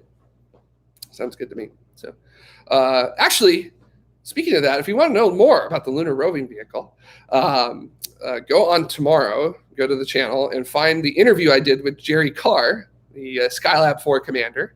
And he was one of the astronauts who was deeply involved in the development of the lunar rover vehicle. And he was pretty good. So see you, Loopy. We'll see you later. I'm probably wrapping up here in just a few minutes as well. So if anybody's got any like last minute things that they want to throw out there or anything like that, I'll probably end it on the dot at 1 o'clock, maybe like a minute or two after 1, something like that. But yeah, so just to kind of let everybody know, I should be getting my channel up and running hopefully this week. I said that 2 weeks ago, but we'll see. Luckily, I've gotten a little better at time management and other things like that. That's always been sort of one of my Achilles heels in my life. Yeah, I should hopefully be getting back at it with that there. And work with that, and hopefully, and it's all up there on June 1st on Tuesday, which will premiere that. Hopefully my super secret project will come out on Thursday. And then it sounds like I'm going to be doing an STS with Lisa from tomorrow, Lisa Stojanovsky. She sounds like she's going to be coming on down and shooting in the garage where I'm at right now. And we'll have that up on Saturday, as always, with that there. So Tuesdays, Thursdays, Saturday schedule with that. And, of course, adventure on Sundays when I do adventures. Kind of keep it that way. And then also these live streams on Sunday too. So that way you can enjoy yourself. I'm going to go ahead, I think after today, and if I take a gander at the analytics tomorrow, once it all comes through, I do believe I will probably start doing these live streams weekly now. So they won't be as long. So not 3.5 hours long, maybe like 2.5 hours at max, but we'll do it every week. So have fun, enjoy ourselves with it there. So thank you all so much for stopping by today. This was really fun. I hope you all had a lot of fun. I'm super stoked now to be doing this every single week that I can. And it'll be nice because I'll already be up for Formula One races. So we'll just be doing this with this here. And hope to see you all next week. I'm going to go ahead and keep it at 1600 UTC. That's a nice time to kind of put it in at. Hopefully that works for all of you. It's a nice distance between the end of a Formula One race and the start, because that's my Sundays. So we'll work that and kind of work with that there. So thank you all for tuning in. Thank you all who happen to watch on demand. You're troopers sticking through it with it here. And hope to see you next week at 1600 UTC, 1200 Eastern Daylight Time, and 9 o'clock Pacific Daylight Time. And come, of course, next week with all your pokes and prods and questions, and we'll answer them as best we can. So everybody remember, stay safe, stay healthy, and keep exploring. Have a good one, everybody.